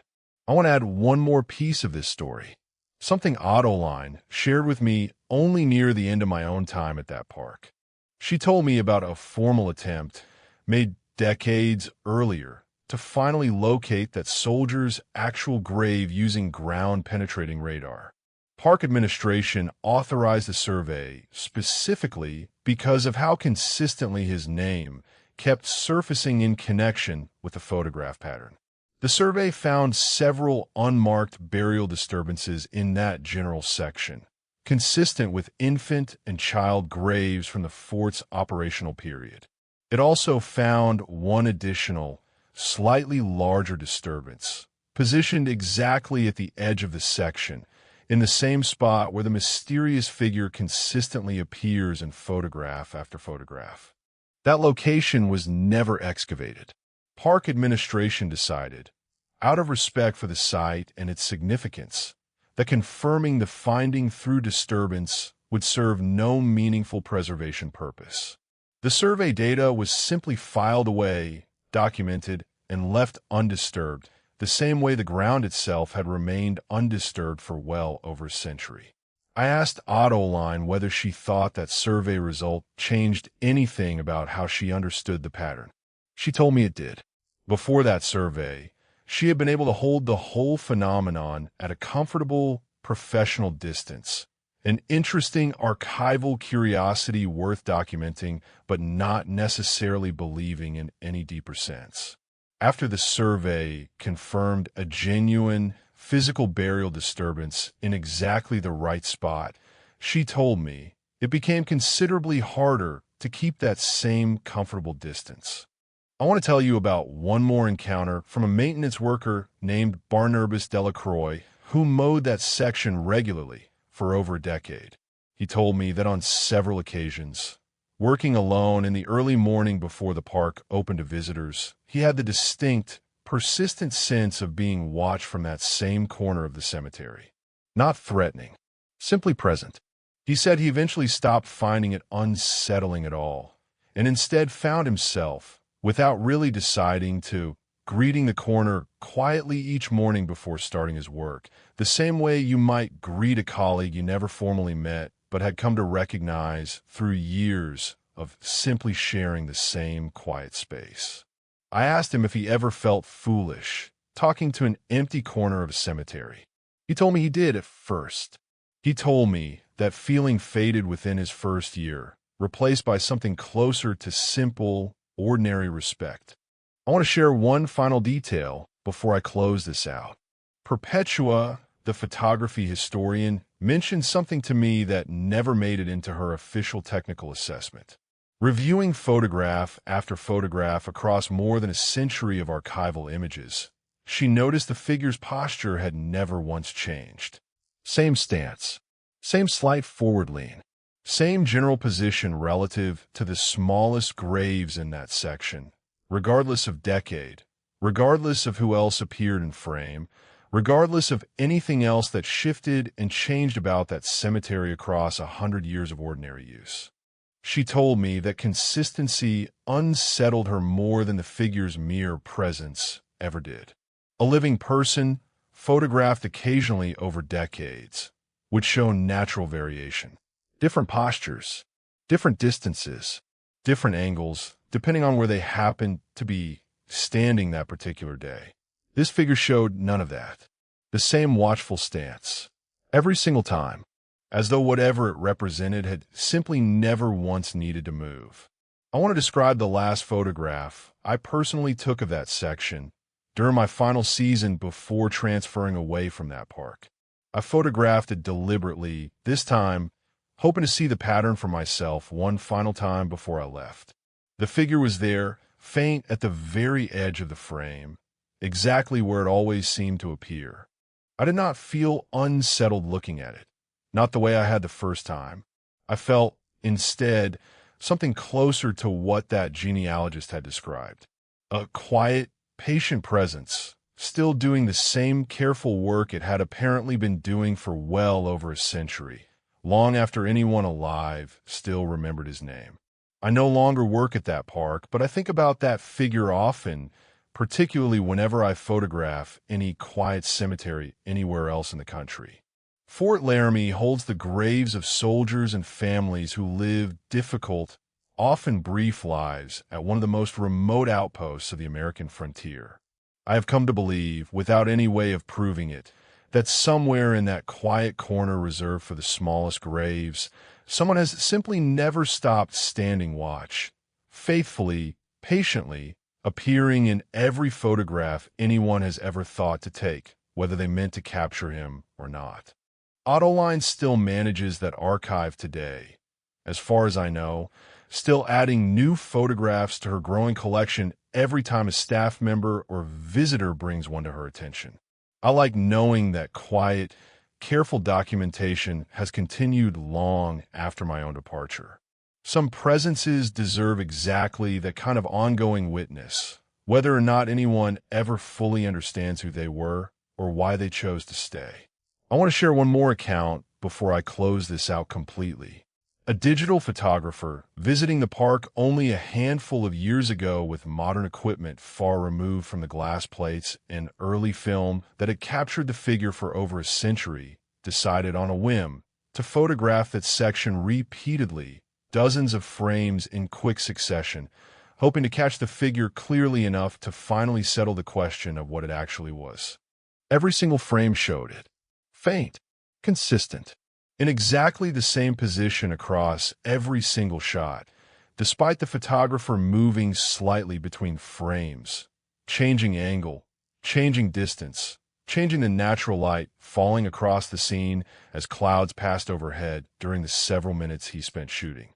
A living, physical object photographed under those changing conditions would show at least some variation from frame to frame. This did not.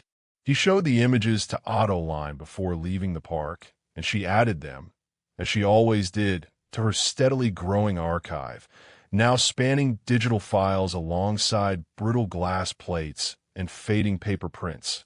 More than a century of the same quiet, unwavering presence, captured in whatever medium happened to be available at the time.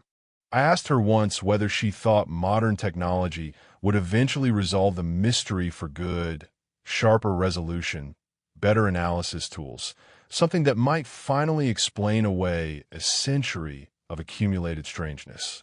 She told me she doubted it. She told me every new piece of technology the park had ever brought to that corner of the cemetery had only ever confirmed the pattern more precisely, never explained it away, and she had stopped expecting that to change. I have thought about that answer more than almost anything else Autoline ever told me. Every advance in imaging technology across more than 100 years, from glass plates to modern digital sensors, has done nothing but sharpen the picture of something none of us can explain. If anything, the mystery has only grown more precise with time, not less. That, more than the figure itself, is what I have never been able to fully shake. I want to describe one last small moment before I let this story go completely. On the same afternoon, I took my own final photograph of that section. I found myself standing quietly at the edge of the frame myself, in exactly the spot where the figure always seems to appear. I did not know why I did it. I stood there for a long moment, looking out over those small, weathered headstones, tried to imagine what it must have felt like to be responsible for digging every single one of them, alone, at a remote frontier outpost, for men and women who would never fully know how much care he had actually taken with their smallest, most vulnerable dead. I like to think, whoever he was, he would not have minded me standing there for those few quiet minutes, keeping him company the same patient way he has apparently kept company with every visitor who has ever stood in that corner and pointed a camera toward those graves. That quiet moment, more than any technical detail I ever chased down about lighting or shadow placement, is the part of this whole story I have carried with me longest. Every ranger who has ever worked that section long enough eventually finds their own version of that same quiet moment, standing exactly where he always seems to stand, understanding, without needing it explained any further, exactly why he has never once felt the need to leave. And if you thought a photograph with an extra mourner was unsettling, wait until you hear what happens at a battlefield cemetery in Arkansas, where one specific grave marker has been measured repeatedly over decades and found to be consistently, measurably warmer to the touch than every single stone surrounding it, regardless of season, regardless of weather, regardless of anything anyone has ever been able to explain. That story is the final one in this entire series, and it might be the one that stays with you longest of all. The grave marker that's warm to the touch. In this story, the final one in this series, we're going to find out why one specific grave marker at a battlefield cemetery in Arkansas has been measured repeatedly over decades and found to be consistently, measurably warmer to the touch than every single stone surrounding it, regardless of season, regardless of weather, regardless of anything anyone has ever been able to explain. Let's get into it. I worked 7 seasons as a cultural resources ranger at Pea Ridge National Military Park, preserving the site of a critical Civil War battle fought in March of 1862, a fight that helped secure Missouri for the Union and remains one of the most significant, if lesser known, engagements of the entire war. Most of my work involved battlefield preservation, monument maintenance, and general oversight of the park's small cemetery section, holding soldiers who died during the fighting. I want to describe a specific grave marker in that section. Ordinary in appearance, documented, cross-referenced, entirely unremarkable by every visual measure available to anyone who simply walks past it. What makes that marker different has nothing to do with how it looks. It has to do with how it feels. Every other headstone in that cemetery, without exception, tracks the ambient temperature the way any solid stone naturally would. Cold in winter, warm in direct summer sun, cool again in shade. That one specific marker does not. Touch it in the dead of winter, and it registers noticeably warmer than every surrounding stone. Touch it in blazing summer shade, and it still reads warmer than stones sitting in identical conditions just a few feet away. I first learned about this during my 2nd season from a maintenance supervisor named Adeline Castro, who had worked at that site for close to 2 decades. She told me during a routine grounds inspection, in the same practical tone she used for describing any other physical feature of the cemetery, that the marker had been informally measured by staff for years, using nothing more sophisticated than a simple hand thermometer, and had shown a consistent, measurable temperature difference of several degrees compared to identical stones nearby, every single time anyone bothered to check. I asked her the obvious question, whether the stone's composition might simply differ slightly from the surrounding markers, a different quarry source, a different mineral content that could plausibly retain or conduct heat differently.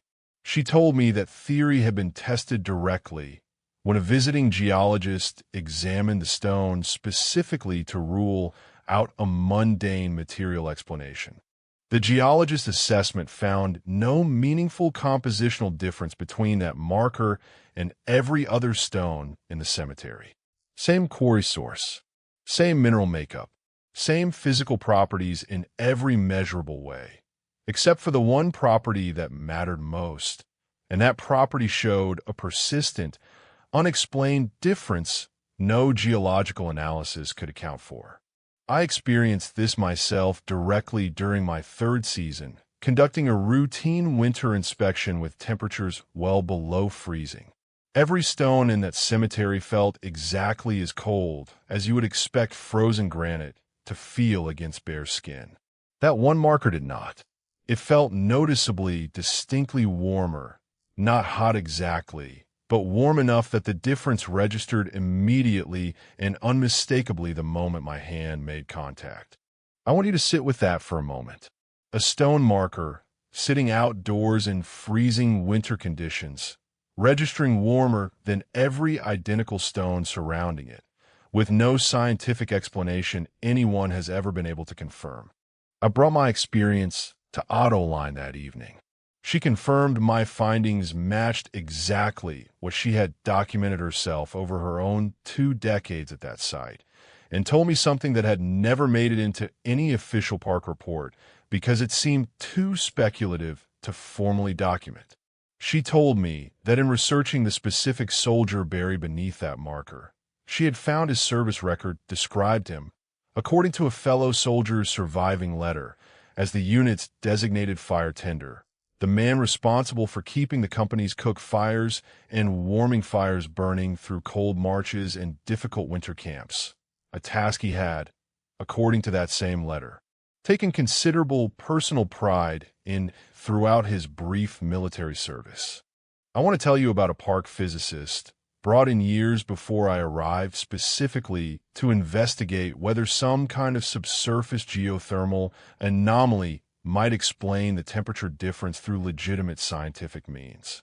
His survey, using sensitive ground temperature monitoring equipment, found no unusual subsurface heat source anywhere near that marker, no geological feature that would account for any genuine thermal anomaly beneath that specific patch of ground.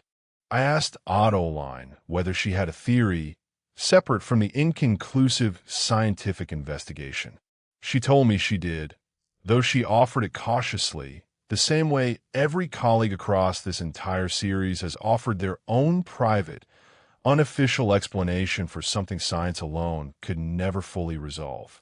She believed the marker's warmth connected directly to that soldier's own history, a man whose entire wartime purpose had been keeping others warm through the hardest, coldest stretches of a brutal campaign, and that whatever remained of him in that ground had simply never stopped doing the one thing he had always done best.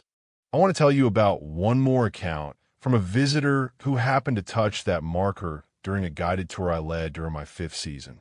An elderly woman, traveling alone, mentioned afterward that she had lost her own husband, a career military man, only months earlier, and that touching that unexpectedly warm stone had brought her a strange, immediate comfort she had not expected to find at Civil War cemetery.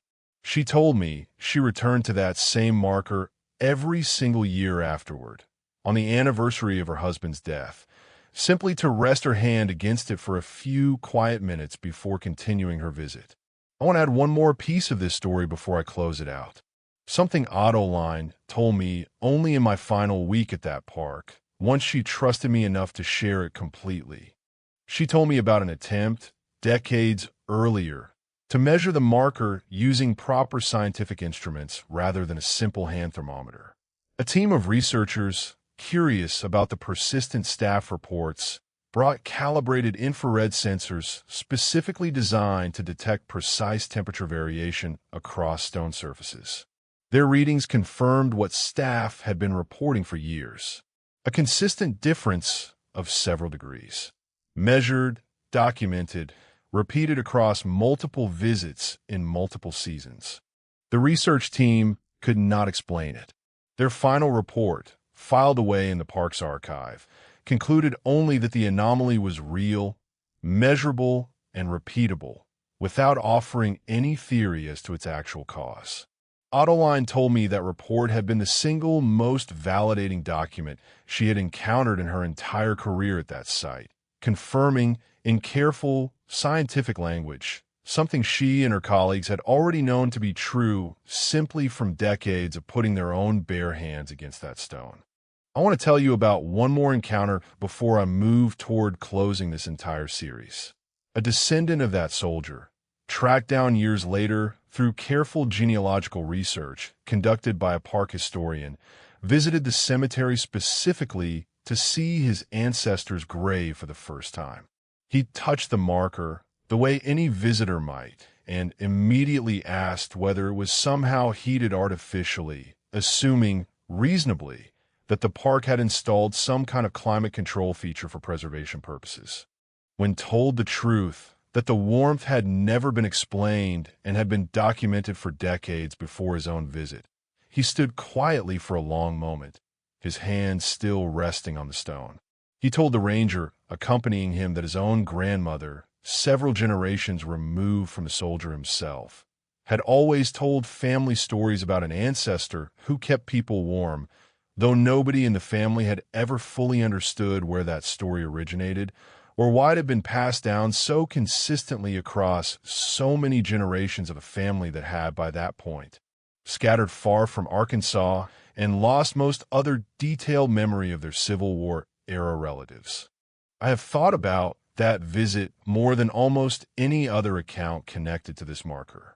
A family story passed down for generations, with no clear origin anyone could point to, apparently describing exactly the same quality staff had been independently measuring with scientific instruments the entire time on opposite sides of a connection nobody in that family had ever consciously understood they still carried.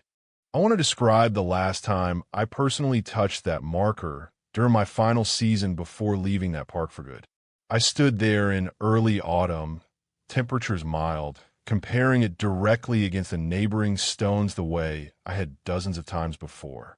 Warmer, exactly as it always was. I kept my hand there longer than necessary that final time and felt something I had never quite let myself acknowledge during all my previous visits, a quiet, steady warmth that felt, in that moment, considerably less like an unexplained anomaly and considerably more like simple, patient kindness. I no longer work at that park, but I still think about that family story more than almost anything else connected to this entire series. 7 seasons at that battlefield taught me more about how memory survives, even when the specific facts behind it are lost, than almost anywhere else I have worked since. I carry that lesson with me still, every time I touch Coldstone anywhere else in the world and find myself, almost without meaning to, checking whether it feels the way stone actually should. I still keep a small notebook from those seasons, filled with my own temperature readings taken across 3 full years of quiet, careful documentation. I'll look at it sometimes, page after page of the same simple entry. Cold, consistent with ambient conditions, and then, scattered among them, that other entry, the one I recorded more times than any single stone in that cemetery should have ever required. Warm, no explanation, every single time. Autoline still supervises that cemetery today. As far as I know, still checking that marker a little more carefully than any other stone in her care. I like knowing that quiet, careful attention has continued long after my own departure. Some graves deserve exactly that kind of ongoing warmth, whether or not anyone ever manages to fully explain where it actually comes from. I no longer work at that park, but I think about that marker often, particularly during the coldest months anywhere else in the country, when I find myself appreciating, in a much more ordinary way, whatever warmth happens to be available to me. Pea Ridge preserves the memory of thousands of men who endured genuinely brutal conditions during that campaign, cold marches, exposed camps, and the particular suffering of 19th century warfare fought through an unforgiving Arkansas winter. I have come to believe, without any way of proving it, that somewhere in that quiet cemetery, one man who spent his entire short service keeping others warm has simply never stopped doing exactly that, patiently, faithfully, for anyone willing to reach out and rest a hand against his stone. I want to share one final detail before I let this marker and this entire series finally rest.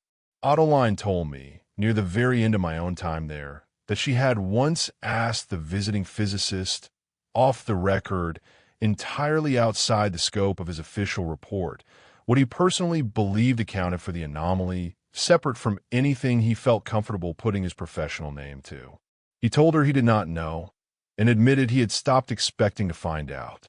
He told her that in 30 years of studying physical anomalies at historic sites across the country, this was the only one he had ever personally witnessed that measurable, that consistent, and that thoroughly resistant to every conventional explanation his own extensive training could offer. That admission, coming from a man whose entire career depended on finding rational explanations for exactly this kind of phenomenon, stayed with Autoline for the rest of her own career, and it has stayed with me as well every single time I have told this story to anyone willing to listen since. I want to close this entire series with one last thought, something that has settled over me only gradually across all 12 of these stories, in a way that took me considerably longer to fully understand than any single anomaly itself ever did. Every single one of these accounts involves someone who cared deeply and specifically about the work they were doing while they were still alive. A stonecutter who wanted his name recorded correctly. A soldier who kept his company warm through brutal winters. A man who dug graves for the smallest, most vulnerable dead at a remote frontier post, and apparently never once considered that task finished. I do not know what actually happens to a person's care, their devotion, their sense of unfinished obligation, once their own life has ended. I am not sure anyone fully does, no matter how many careful scientific instruments get pointed at the question. But after 7 seasons watching grown adults, trained professionals, careful skeptics, quietly develop their own private rituals around a warm stone, a locked gate, a photograph, a patch of freshly turned earth, I have come to believe that whatever that care actually is, it does not simply disappear the moment a heart stops beating. I want to share one more small memory before I finally let this entire series rest. On my very last day at that park, packing up my own office after 7 seasons, I walked out to that cemetery one final time, alone in the early evening light. I did not plan to touch the marker again. I had already said my goodbye to it in my own way, weeks earlier.